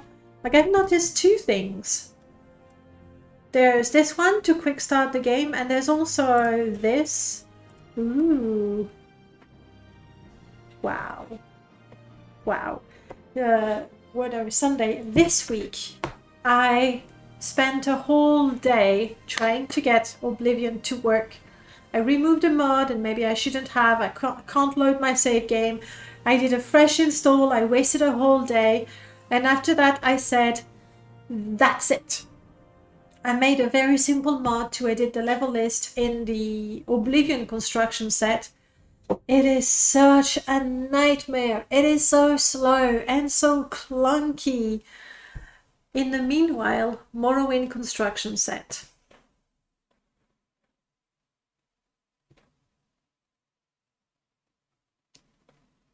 Yes, this is a lifesaver. Love it, love it, love it. Okay, back to the game. Yes, absolutely. Like, you don't need to install the construction set extender. When you update MWSE, boom, it's installed and updated. If you're running OpenMW, it will install CSSC, and you can use it. Like, it's even though it's updated and installed through MWSE, you don't need MWSE, so it works with OpenMW. That was complicated. Suggestion Yes, love? for a challenge. A challenge? Yeah. What is the challenge? Do an hour of your stream without using a single abbreviation. Now he's very slow.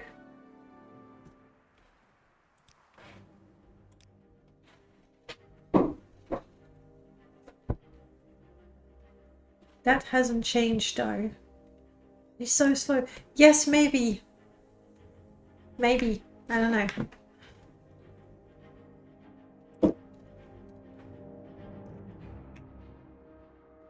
If you're using the improved CSUI mod that's on the Nexus, you have to rename the XA to match. Yes, some people... actually, think when the construction set was updated, CSSE was created, I uninstalled the improved CS UI and reinstalled vanilla CS just to make sure, you know, I had a baseline. There are no enemies nearby, come on. We're in town.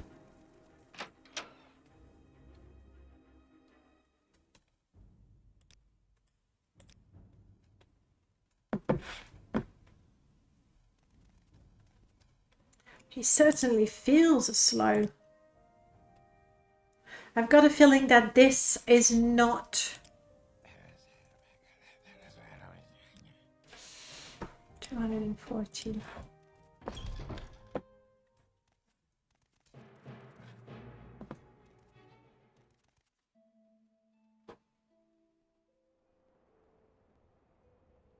He certainly feels very slow.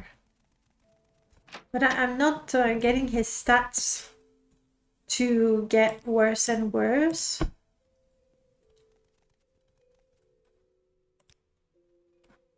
See, his carry weight is still the same.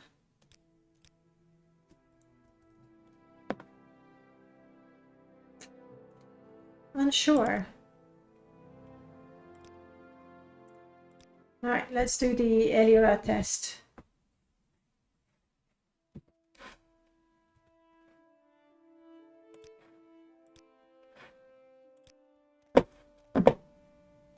Elira, you're still with me? Eric, you can go to Sadrith. They love you there.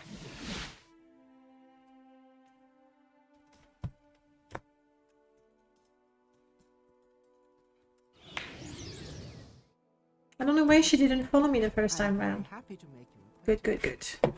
We're going straight to the temple.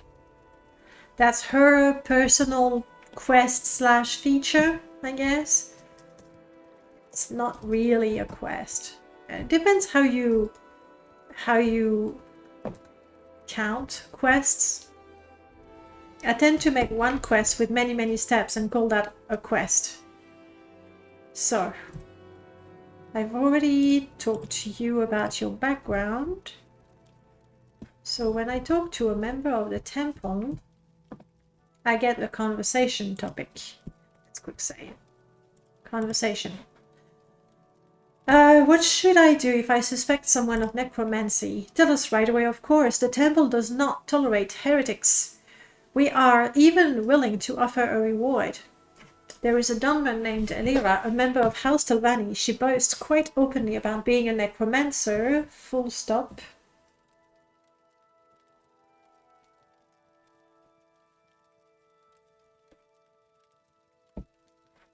Naturally, there's no one I can think of. So, if I do this, and I talk to her, she says, well, you're really a true friend, and she gets the companion buff. For all those little quests, sometimes the NPCs get a feature, not a feature, or sometimes it's a feature, sometimes it's an item, but they always get the companion buff, essentially making them a little sturdier. That's it. I could have informed the temple of Elira's illegal interest, but decided against it. Elira thanked me. She will be a better companion. Alright, let's reload. And see what happens if I decide to sell her out. Listen, Outlander, but make it quick. Okay. Ah, typical of the Telvanni, thinking themselves above the law, above the gods. Thank you. Please accept this reward. Your reputation with the temple has increased. Elira, on the other hand, is not a fan of you. And we get some scrolls. Cool scrolls. So now... Hi. Oh, most fantastic companion? I think we have to fix that. And she still likes me. Yeah, this is... Okay, she's in combat. Okay, that's better. She doesn't know it, but she's in combat with me. Are you? There we go. Die. You will suffer greatly. You will die. I need to stop her from being a companion.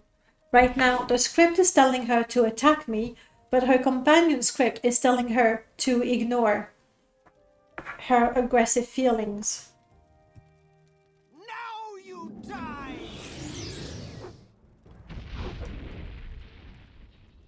See? You will suffer! So that's definitely something I need to fix. Let's take a look. We were in the topic conversation. And in there, I can't filter by NPC because it's anyone from the temple. It's gonna be not fun to find.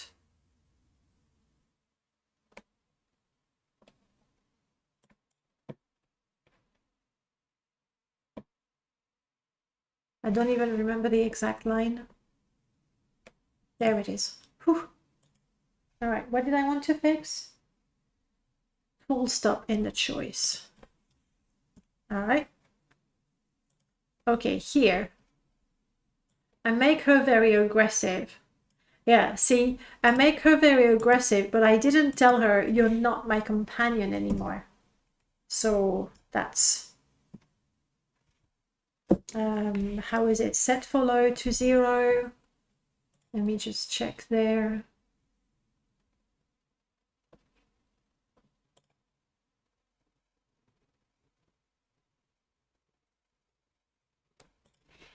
Option 3. Hey, I wonder... I think there is more.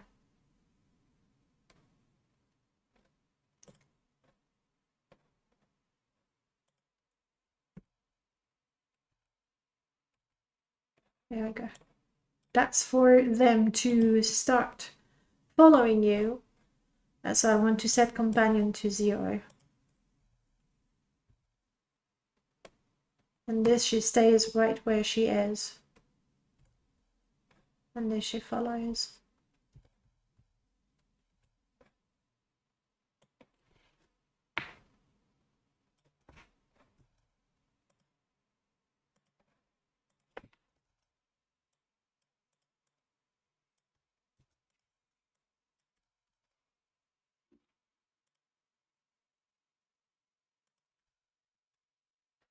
Or I'm thinking I should give her a greeting because I mean, I have this one when she refuses to talk to you again, but you know, that instead of saying, hello, the best companion in the world, or if she attacks you properly, she should never talk to you again also.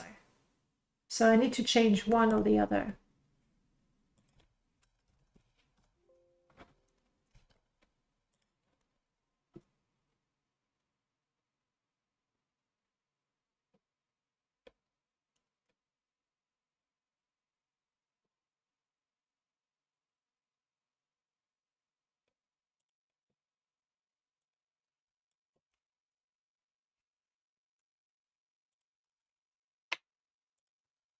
See, I have already so many things happening there. I know this is not a good idea.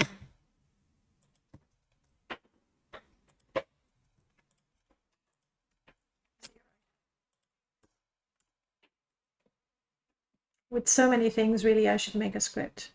First, we'll test that it works. And then I can turn that into a script.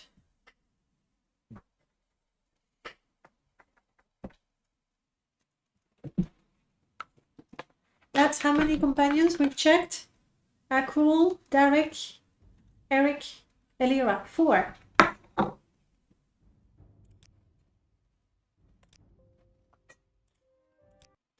I will listen out. And Eric is not rotting the way I want him to. I mean, he's slow, which is something.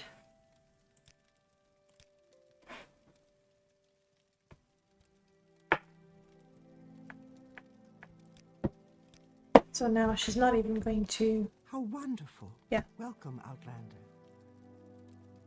I didn't write that properly somehow. And because there is one error in the whole box, then nothing executes from the box. So she's not even attacking me. So instead, and I'm gonna change that to 2. First I need to find a line.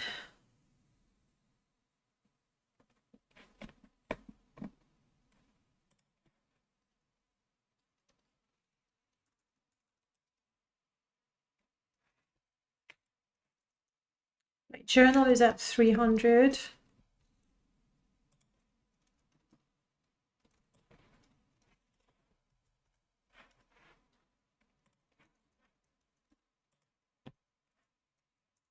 I'm going to add a greeting to make sure I don't get the best companion in the world.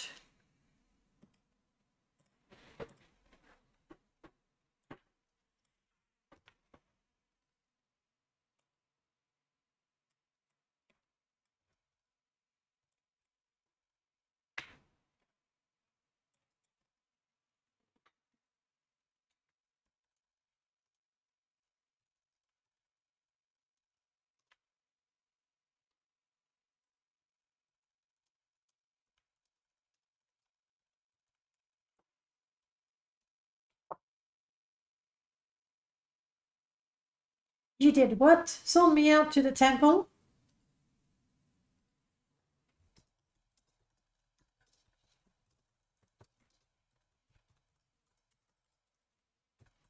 I should have never trusted you, PC race.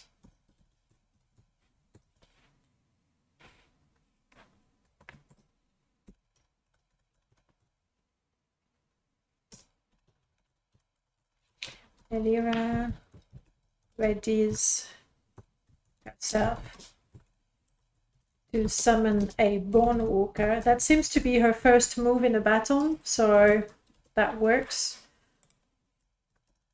We have a goodbye, and we have a... Is it start fight or start combat? My goodness, like I promise you, I've forgotten everything.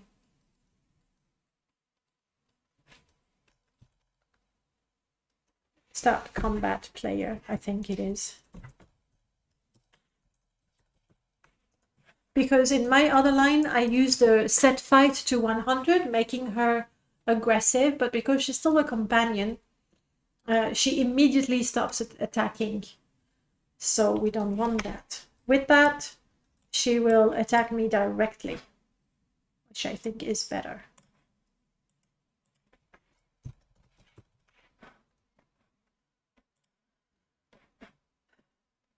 Sorry. Wrong box to filter.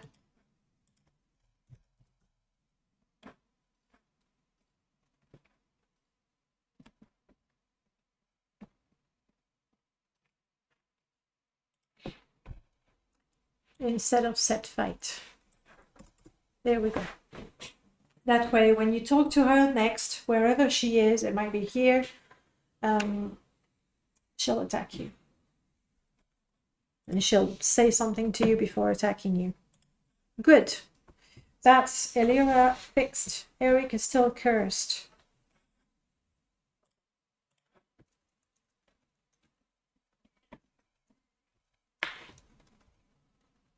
Ooh, Cornelius. Let's go try him.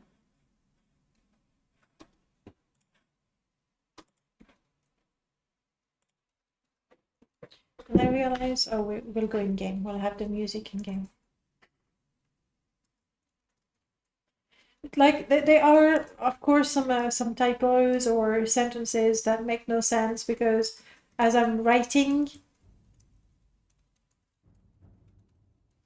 you're right, Prof. I don't think that was the case. Mostly, you know, when you hit a companion, they start combat, and immediately afterwards they stop combat, and that's what happened there. Where they start the combat because they have the set fight, and then they stop because they remember they're a companion. You can meet me in the Vec. Bye. You flatter me, Outlander. What's the name of my next companion? Cornelius. Let's go. So what are you modding, Prof? You said that you were modding as well and you wanted to do something with the dialogues with the faction. Is there going to be quests and companions? Dungeons? Probably. The start combat is more reliable. Agreed, that's why I switched. You're right, with the start combat, even without being a companion, the NPC could still be reasonably friendly. Let's go find Cornelius.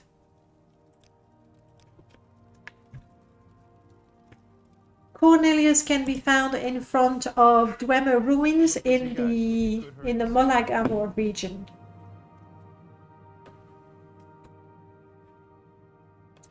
I want to be your friend. And I want to talk. Friend.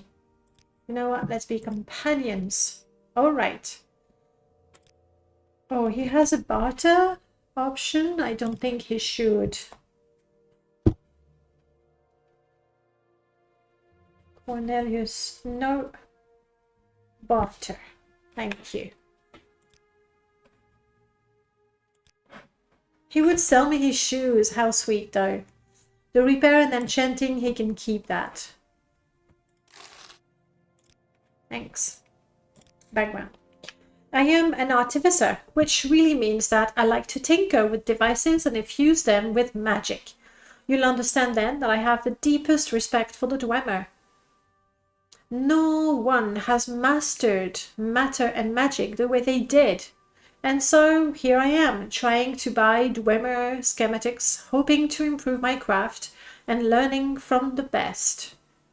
Why did I put in learning from the best? From the Dwemer? Oh, and I see typo. Background, we need Dwemer. Thank you. I'm not sure about that, learning from the best. Maybe learning from the best even though they're gone, to clarify.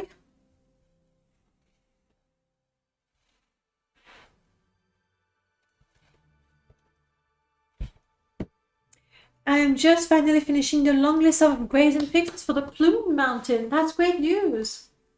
I'll be looking forward to playing it again. And I should have forgotten enough of it.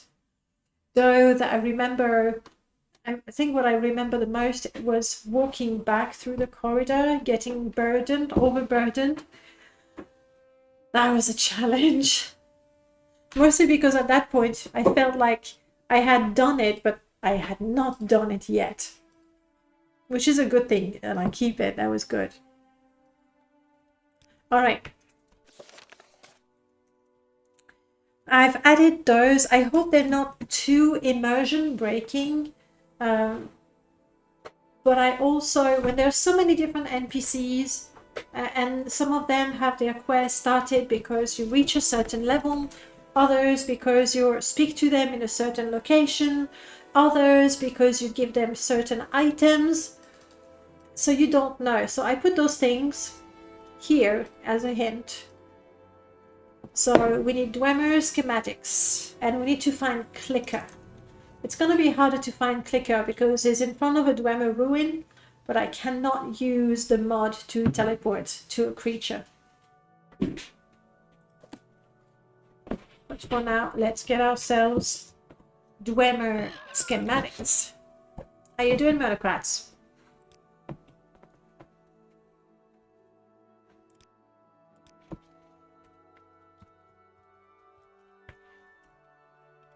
Let's go for the Scarab. Scarab is good. I'm doing good, thank you. You see, modding after a long time. But I have a month to test and fix the companions that I have already, and I would like to include another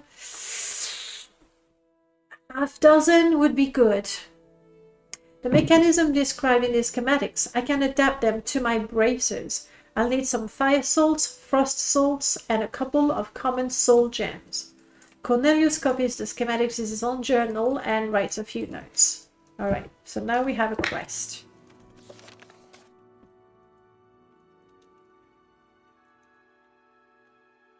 Fire, frost, and common soul gems. So for now, sure, I will train you, of course. So I'm so powerful. I'm level 10. Right now he has his own bracers. They are uniques.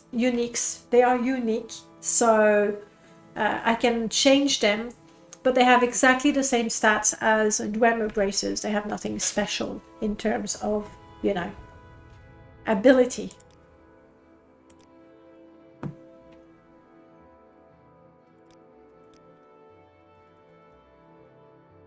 Rust salt, fire salt. I'm gonna take 2 just in case. And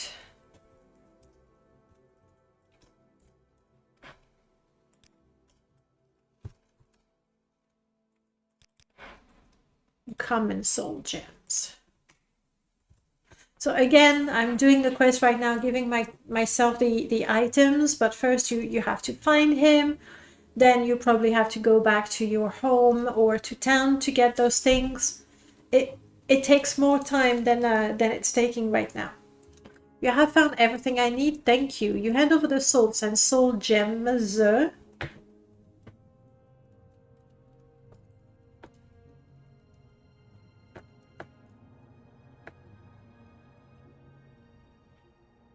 And watch Cornelius expertly tinker his bracers. That ought to do it. My left bracer can now shoot fireballs and the right one frostballs. Fancy. And now I've upgraded them. And he should be smart enough to use them. Let's test this theory. You with me? You're with me. Oh, perfect.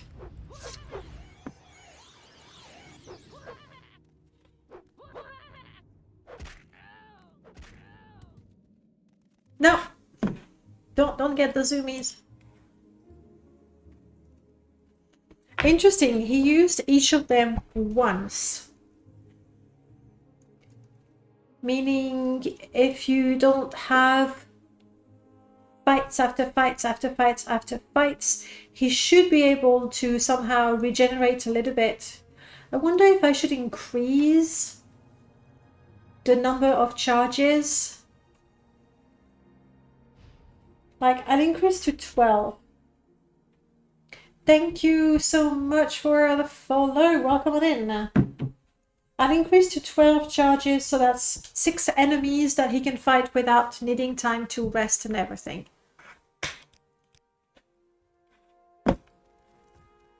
Let's see if we can find... I've been playing Valheim, and in Valheim to run, you hold shift, and I find myself wanting to hold shift to go a little faster.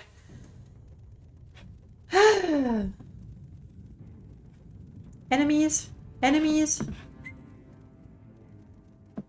Perfect.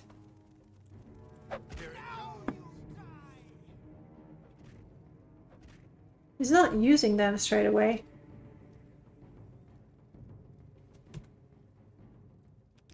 Alright, he's good. I believe there is a next quest, a next level to his quest. As the journals say so. As long as his braces are charged. And I didn't put any information about it. Oh, because the next thing...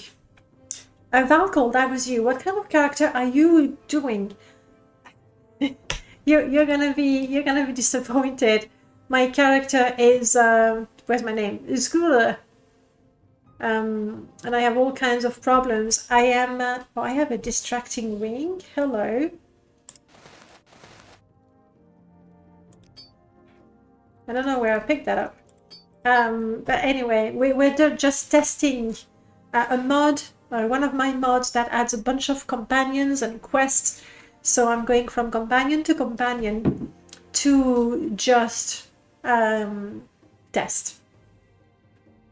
One class I never played much on Morrowind, the Thief. To be fair, the Thief on Morrowind, on vanilla Morrowind, is very much broken. The pickpocketing doesn't work as it should be. The stealth is kind of iffy. So without mods, you can't really play a thief, stealthing and backstabbing can happen, but I think the best way to do it in vanilla is to use magic. You know, go chameleon and invisibility and all that, which is not how you want to play a pure thief. With mods though, you can finally play a thief, including, I don't know if you've seen, there is a mod called Douse the Lights, where you can, exactly, invisibility sanctuary, exactly, but then it's magic thief, it's not a pure thief. But the mod Douse the Lights lets you turn off the lights the same way you do in Thief, where you have those arrows to douse the lights. So you can increase darkness, and then there's that other mod that actually takes into account how bright it is around you and make your stealth better. The Morrowind code patch fixes the pickpocketing issues. Even with the code patch, is not great. Is not great. Best way to do everything in vanilla is magic. I agree 200%. In my latest attempt at giving Oblivion another shot, I realized that the only thing I wanted to do was magic. And magic in Oblivion is vastly inferior to magic in Morrowind. But even then, I felt there was a better way to do things. A safer way to do things. Right, his quest to improve his braces is done. I don't know. Oh, yes, I do know. Clicker, clicker, clicker, clicker, clicker. That's all the NPCs I still need to do. Alright, I've already placed a number of tamers and creature companion. Okay, clicker. Alright, clicker is in Dagenfell. Let's go find clicker.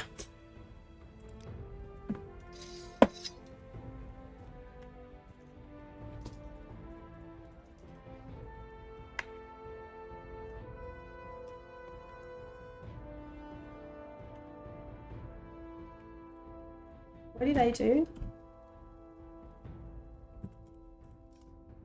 I mistyped. Hell. Mages can't wear armor under their robes. I know! It's like so frustrating, and you have those pretty clothes, and you don't have a quick way of switching between one and the other. So like I'm wearing my armor all the time, but really what I want to do is switch around and, or better still, have my shirt under my armor. Like, who wears their iron cuirass directly on their skin? Who does that? Nobody. Alright, we're looking for Clicker, the Dwarven Centurion Spider, and it's going to be in one of those Dwemer ruins around. You did nothing.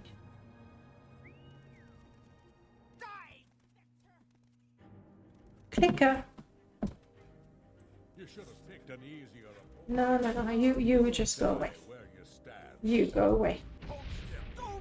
Yeah, stupid. You attacked me. What were you expecting? What were you hoping?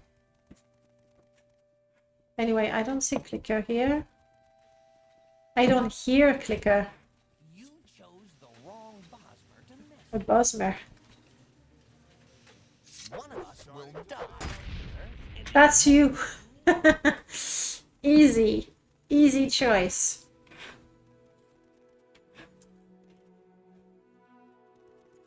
I don't think I put Clicker up there.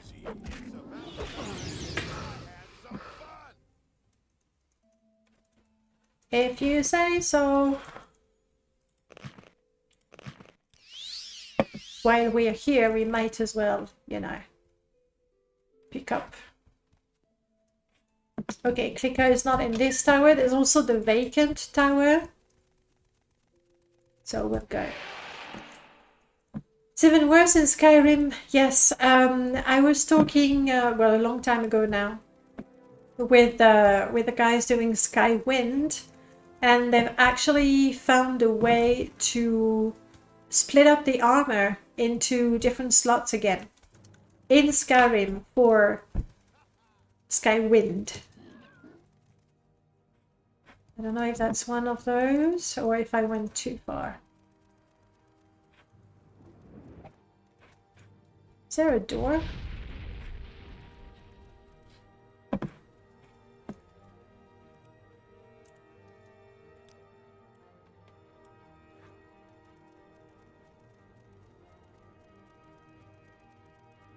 Maybe not. There. I don't think I put him in. Andre Mole's tower? No, just the towers around Dagenfell. But I can run so quickly. Like, it's very easy to cover lots of ground. It's good to be fast. I hope Skywind inspires some Morrowind mods. I mean, in a way, it already has. I know Rufin Vanguard was looking at some of the Skywind concept art for armor. Why can't I see the other towers? This is the one.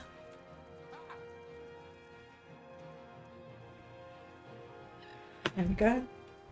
This is the one I just explored. Sorkville. Yes. This one over there must be the vacant tower. Where's the third one?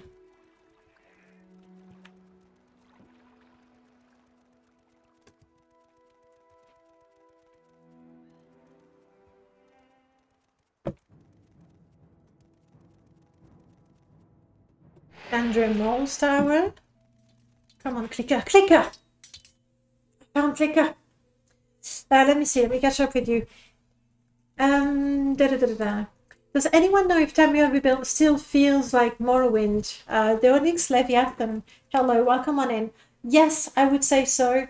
It has been one of the main directive of the team for, 21 years now, to be as true to Morrowind as possible in terms of lore, but also in terms of quest style and everything. Though I will say that the latest update for Tamriel Rebuilt, they have some really pretty interiors.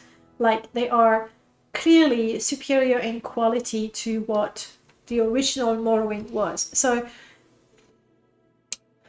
it is still true to Morrowind, but it's better, really. In the attention to details, the sort of things, and I've been working on it for a long time. It still feels like Morrowind, very much so, but better. And I haven't played a whole lot of Tamriel Rebuilt, but everything that I've seen is great. For me, yeah, because they went a little beyond, a little more than the original. No, I wouldn't say it's jarring. I wouldn't say that, because the textures, for example, are still the same for a lot of it.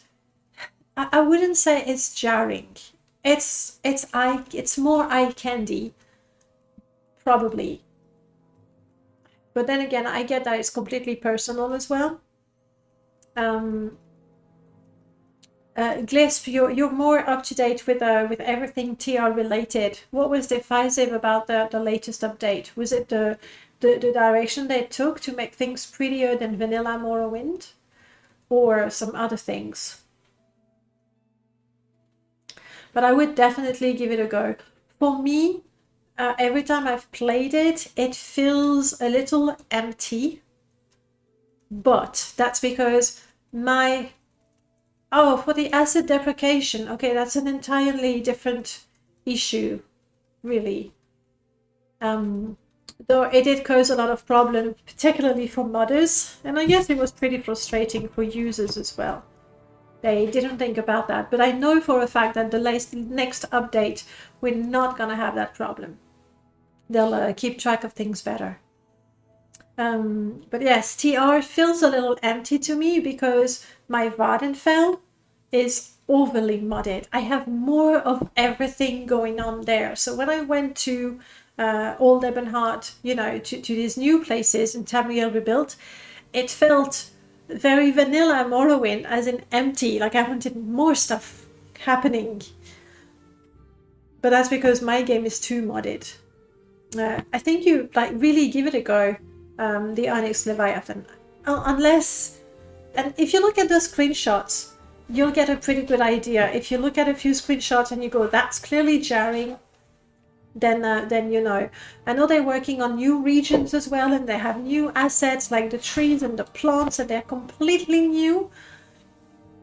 I found those a little more jarring, but that's also early concept art and early implementation, so we'll see when that happens. Yes, the update broke the mod list for a lot of people because so many people, and I couldn't tell you how many requests I got for my mod. Can you make a version for Tamriel Rebuilt? Okay, fine. And you know, a lot of you know the construction set, but to make a version of your mod for Tamriel Rebuilt is usually more work than the mod that you made for Vardenfell, because Tamriel Rebuilt is twice as much at least. So those patches are really a lot of work, and so we made those TR versions of the mods, and then when TR updated with the item, the deprecation, and all the messages, can you update, can you update, can you update? Yes, maybe, but that's, I mean, at least it was for me for wares. That was tons of things, and in fact I ended up redoing completely the level list, because tracking the assets that were in my list but they removed from Tamriel Rebuilt was one thing, and I had no way to really automate that. I could get a list, but then I still had to manually open my list, remove it, close the list, and then to track the new items and put them in the list if needed. But then again, I think it's worth it. I've always wanted to give TR a shot. I'm just strangely uncomfortable moving out of vanilla, if that makes sense. It feels contiguous. I think if you play your game unmodded, I don't think you will go, oh, that's too much. I don't think so. The latest interiors have more details. They feel more lived in, prettier, which I think is more immersive. But I'd be curious to know if you try it, how you feel about it, especially if you play vanilla only. I haven't played vanilla in, I'm gonna say 10 years to make sure I don't lie, but I haven't played vanilla in a long time. So I don't have that sense anymore. I play Morrowind and I go, oh, that's cool. I wonder which mod it is from, and then I realize that it's from Morrowind. And sometimes I go, oh, that's neat, and I go, oh yeah, that's this mod. For me, the two are completely blended. I can't tell them apart anymore. Anatherian is really pretty, and the trees are interesting. I found that region a little too orange, like a little too vivid. But then again, I haven't played it that much, and it certainly wouldn't stop me from playing it. Definitely. Or even if you don't catch the stream, shoot me a PM on Discord or something, because I'm really curious about your opinion. Julien, you say you have a vanilla install from the gutted disc. Wow. But you don't play on it, or do you? Yeah, it's very orange, Gliss. That was my thing. I was like, oof, really vivid. And I love the palette in Morrowind, the sort of washed out colors. Anyway, we did find Clicker, so Clicker follows me. Clicker somehow senses your bond with Cornelius. Yes, meaning that Clicker got a buff and Cornelius gets his next quest. You know, with the right items, I could make Clicker more powerful. I know they are hard to find, but void swords should do the trick. And more scrap metal. 3 pieces ought to be enough. Not a problem, Cornelius. Not a problem. With the power of my cheat menu, which really should be called test menu. But hey. So we want a void salt and 3 pieces of scarp. That's not gonna work.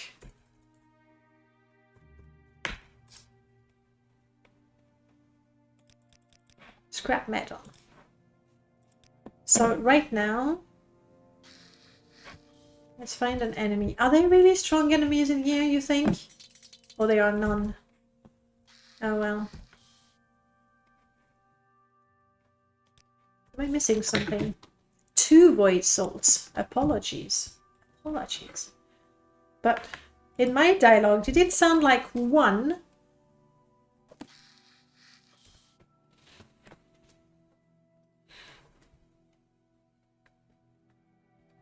I'll have to check in the dialogue. Because I'm not sure. That it was clear from the dialogue it was 2. Maybe I just read too quickly. It's very possible. I like that region because of the cool river. It used to be green before its rework years ago. I don't think I played it when it was green. Sometimes it's good to get back to basics. Help me appreciate how far we've come and appreciate how solid the foundation is. That's a really good thing to do. I agree. I do that from time to time, not with a Morrowind, but I keep saying I should try to do. Here's my thought process. I go, yes, I should do a vanilla Morrowind challenge. And then I go, well, but I have to use the code patch, obviously, and the graphic extender. And already it's not vanilla anymore, right? And I go, but surely better buddies, something. And like anytime I think of doing a vanilla Morrowind, I go, well, apart from the must-have mods, and my must-have mods, there's like 300 of them. And then I go, okay, I think that's the best way. If I'm going to do a vanilla run of Morrowind, then I should install OpenMW. That has already a number of quality of life things while retaining vanilla. So maybe that's what I should do. I don't know, guys. Would you be up for a OpenMW not modded stream? I don't know how long I could do it, but maybe I'd appreciate it again. Because when I started More Oblivion, that was the closest to vanilla Morrowind I had played in years, and I kind of enjoyed it. Like I was rediscovering vanilla Morrowind through Oblivion, as crazy as it sounds. Clicker. You found voice souls. Excellent. Clicker will be able to generate lightning to attack and defend. And now when we go in combat, he will get lightning shield. Let's find something to fight. Oh, perfect.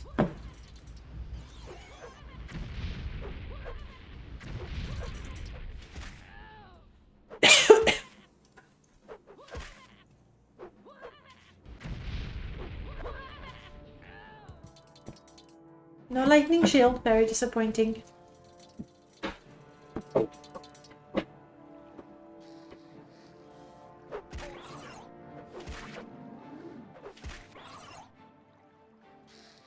I'm surprised he's not making more use of those. But that's something that is really tricky to make an NPC use a particular spell. The way the engine works is really, really odd. I'm glad that he used it, like he's used them at least once. But there's no way really to make sure like he uses them more. Unfortunately, but he has them. And that's what matters. Alright. Clicker and Cornelius work as intended. Originally, I had given him more Dwemer items. But then, 7th Monday, hi, hello. Oh, Glisp, the NPC still mentioned the green? Oh, but she's crazy and drunk. Well then, that's believable, right? Yeah, originally he had more that was like scrap armor, which I feel fits, you know, the fact that he's an artificer, but then he's level 8, and the only requirement to have him join you as a companion is to find him. And so I thought between the level and the gear, that might be a little too good or say I'm level 1 or 2, in the end I did remove it. That's how I did it. Okay. He has that. Ooh. I didn't test that.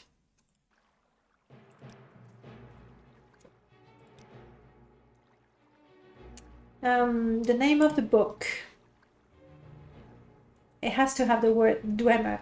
You have to sleep, no problem. Have a good night. Thank you for tuning in. And talk to you soon.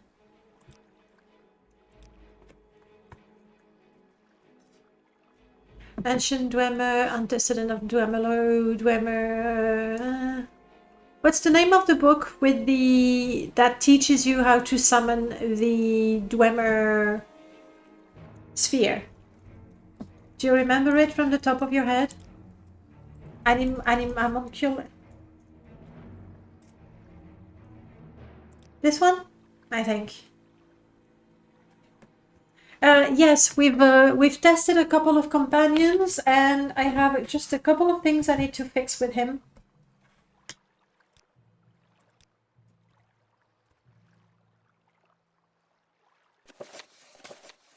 I think that's the one.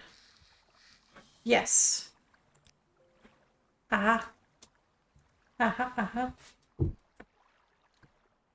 Line 1.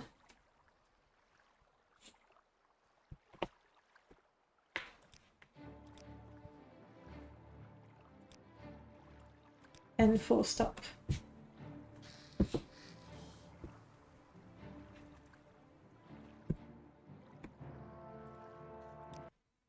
Okay. First thing, I don't want him to have the barter option. Cornelius AI services.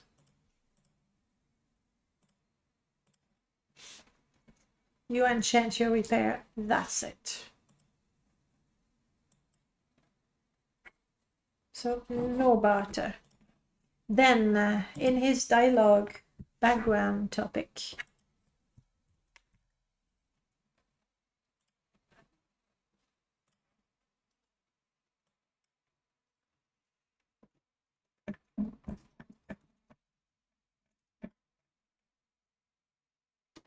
Cornelius. Something, there we go, Dwemer. And I wanted to change that line. So here I am trying to buy. I'm going to change buy from acquire to acquire, because you find him in front of ruins. So I am trying to acquire Dwemer schematics, hoping to improve my craft and learn from the Dwemer. Hoping to improve my craft. Maybe it's just up there. We've already mentioned Dwemer twice in the sentence. I don't think we need to say a third time. Also, ban the bot. Which one is the bot? Ah. Let's see. Yes, I can't do it from here because I'm on a different chat. He'll be gone. Ah. Yes. Hoping to improve my craft. Then in the greetings, we wanted to make sure it's clear enough that we want to.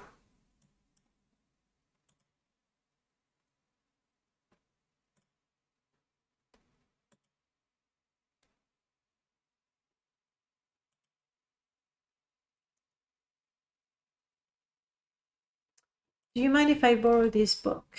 First of all, full stop for my questions. I mean, my sentences. And then this gave me an error. Journal AAFF Cornelius 100. I don't know why you give me an error.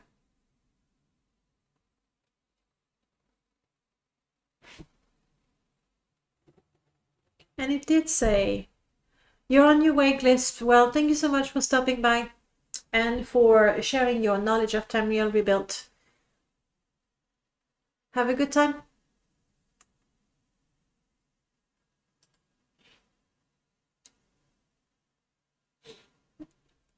First of May. It's between the 1st and the 30th of May. It will be released for the Modathon, for sure. For sure. But I would like it to not have annoying little spelling things like right now. Okay, I'll have to test that again. I don't know what your problem is with this.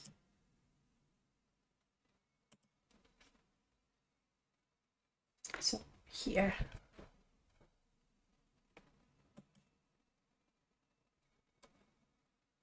And then in the clicker topic.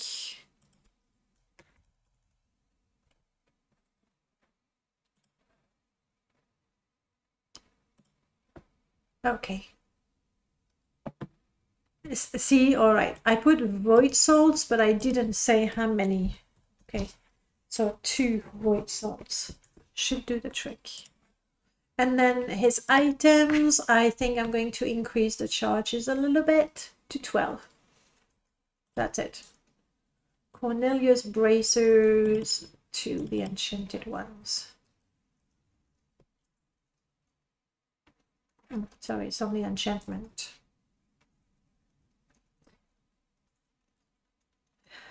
Enchanting, there we go.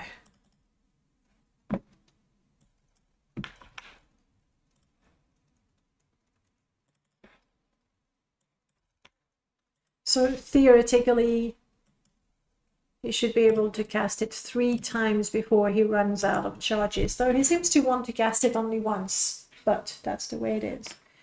And I still have to find out about this particular line. Save. Take some color. Things to think about. The curse on Eric. And this on line 1, I don't know what the problem is. Let me try it again.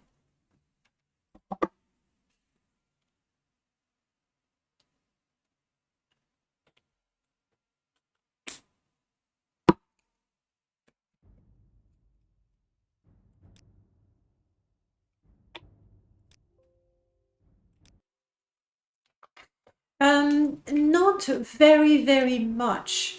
Mostly due to the fact that all you can do is view things.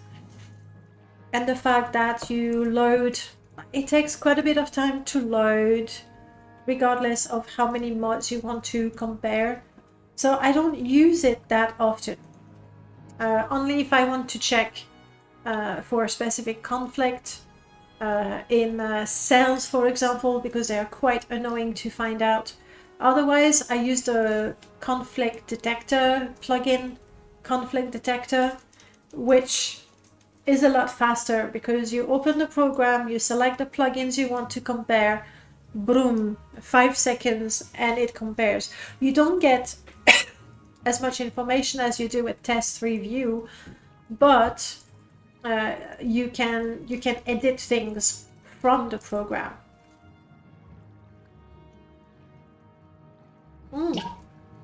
I never use test tool for that anymore. Would you say it's better than the conflict plugin detector, or it does something else?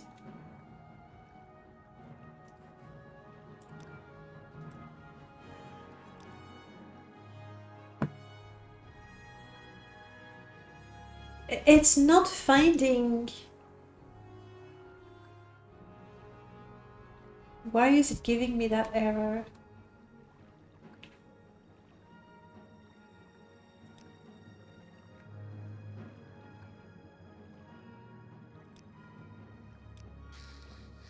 So we don't get the journal update, obviously. Okay, this is not working. I'll have to fix it. Do you use the Enchanted editor for anything? I kinda.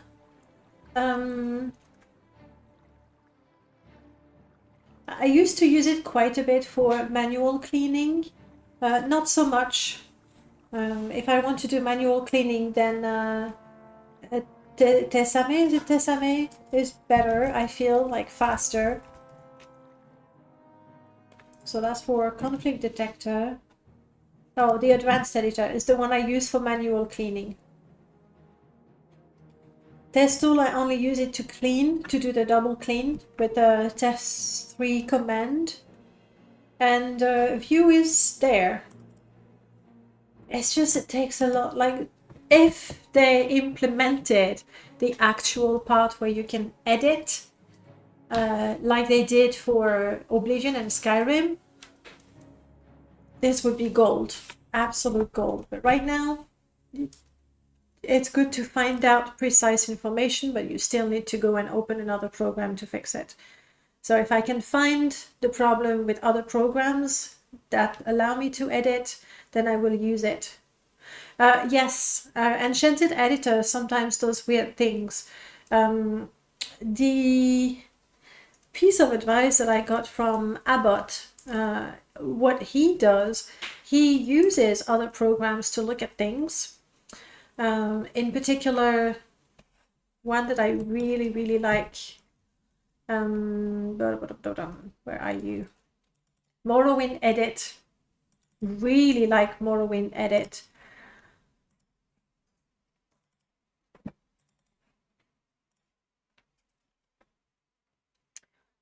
Though, to be fair, one of the 3 best features of Morrowind Edit, the first one is the fact that anything that has been modified by the mod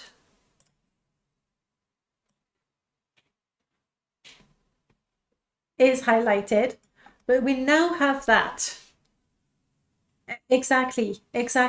Never save your work with it. Now that we have that in the construction set, less so. The other feature that I really like is the fact that you can order your plugins by name, by date, whereas in the construction set, when you have tons of plugins and you're looking for the one you want to edit, it's just annoying to look for it. But obviously the very, very, very best is the script. Indent nicely, save, and you tell me precisely if there's a problem, where it is.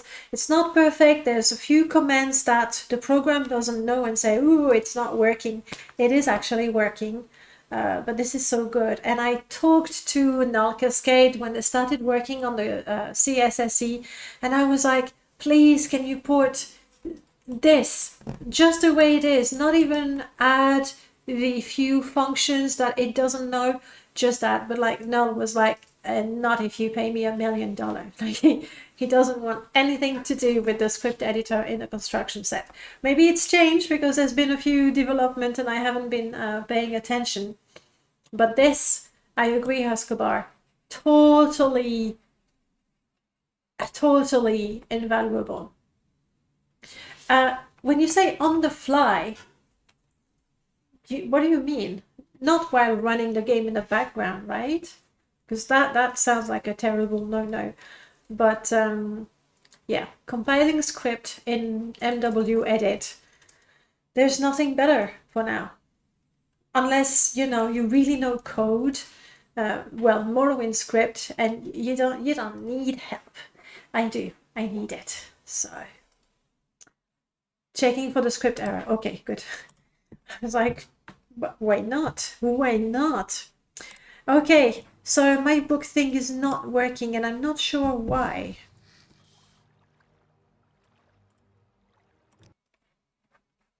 So let's close that. Let's diminish that. Diminish. Minimize. Greetings. Greetings 1.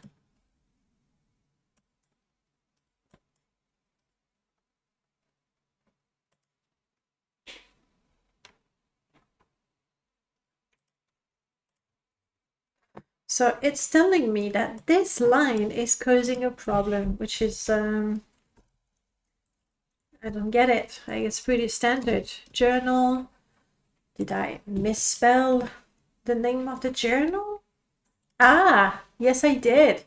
For some reason I didn't put an S there.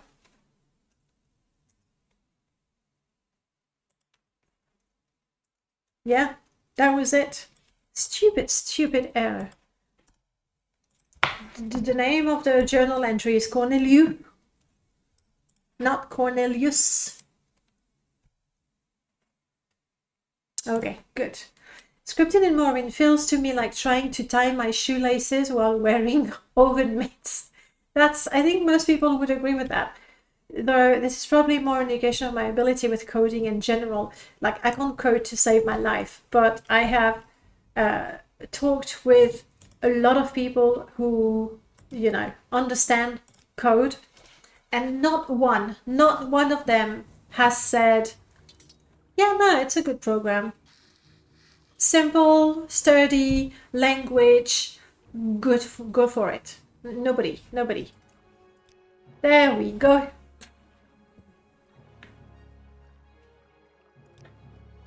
And now normally he knows how to summon. Let's try another fight. I'm saving reloading just in case. Maybe that can motivate him to... Enemies? Come on. Cornelius has bracers. He can summon stuff.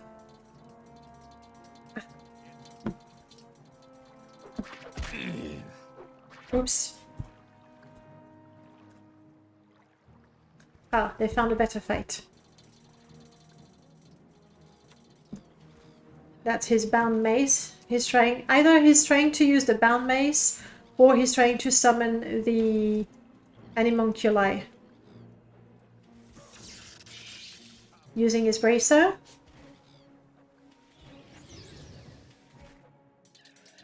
Summoned his mace.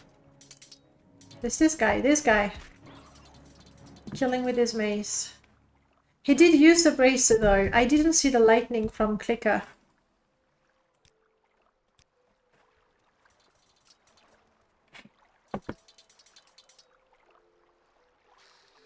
But the book is fixed, so that's good. Alright, that's 4 NPCs. Wait. Akul, Derek, Eric, Elira, Cornelius. That's 5 NPCs. Yeah, he's pretty fast, isn't it? And that's... Yes, I can train you. Of course I will train you.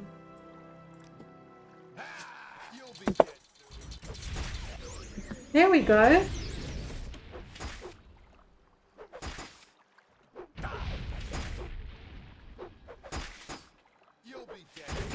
Clicker is not using his lightning.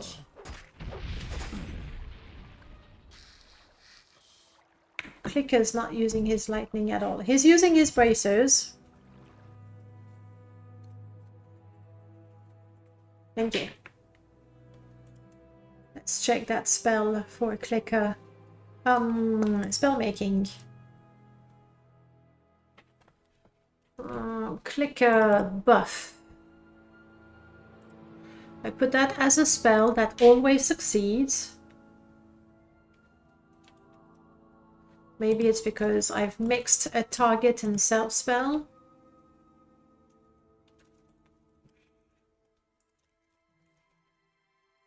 Let's try that. Just a lightning shield.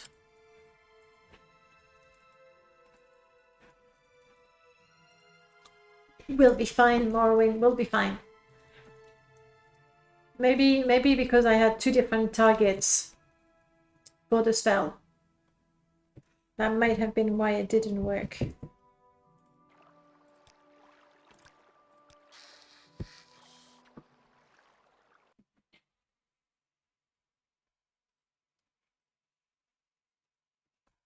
Come on, data. Get cleared. Skooma. I don't think it's so good. I have discovered the power of error detecting in the OpenMW construction set. Okay, so in conjunction with MW edit, script error, and many other problems are much easier. Okay, like what is it that the OpenMW construction set can do to detect the errors? Is it like the dialogue thing or something else? I'm very much interested in that. Also, have you tried the CSSE? Because you don't need to be able to actually play the game with MWSE, with the latest MWSE. Oh wow, Morrowind's not happy with me clearing the data and reloading. That's fine. So yeah, I'm very, very curious about that, Huskabar. What are the features that the OpenMWCS has specifically that you use? And have you tried the construction set expanded? Which is so good. So good. The green line, like in MW edit, to show what is edited. That,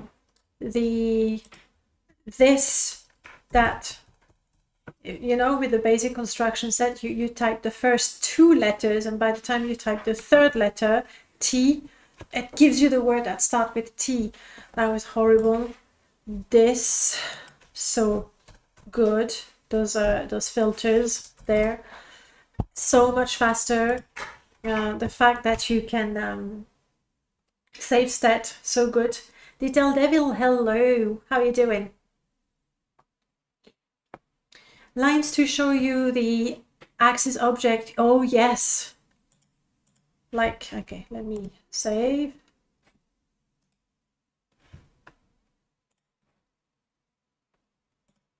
It's okay, Morrowind, you're fine.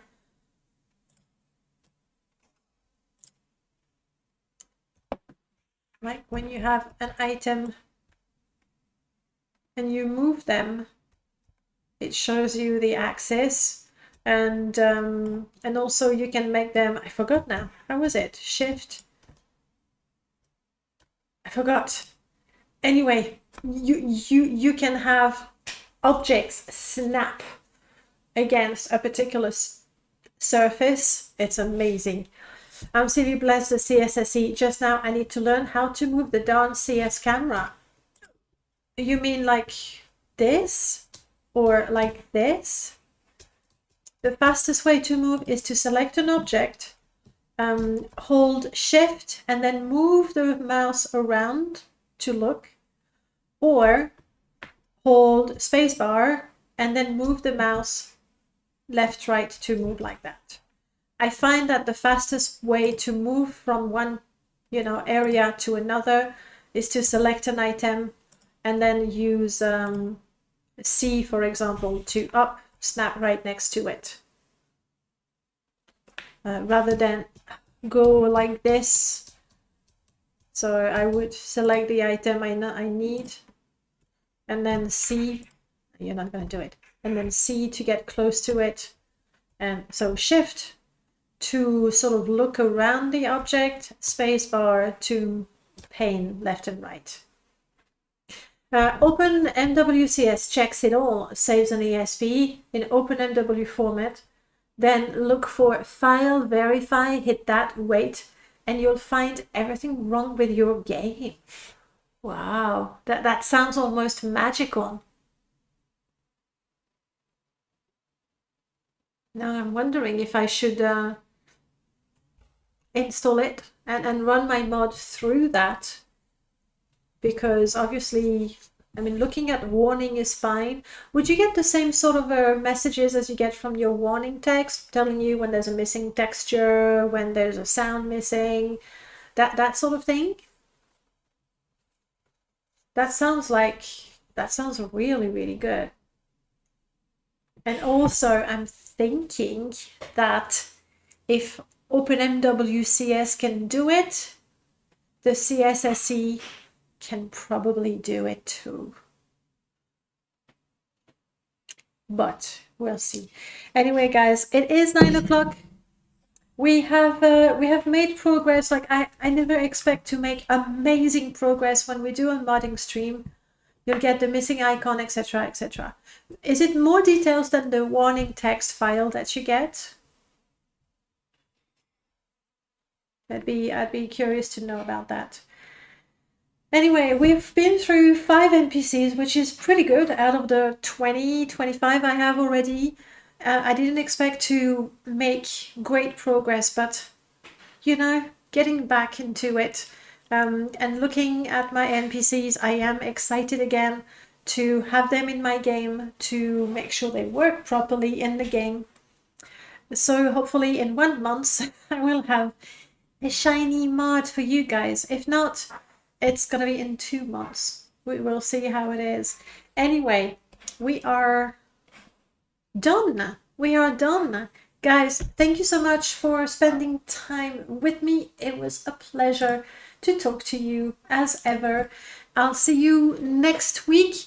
Huskobar, for the CSSE, you want to get the MWSE update in your Morrowind folder.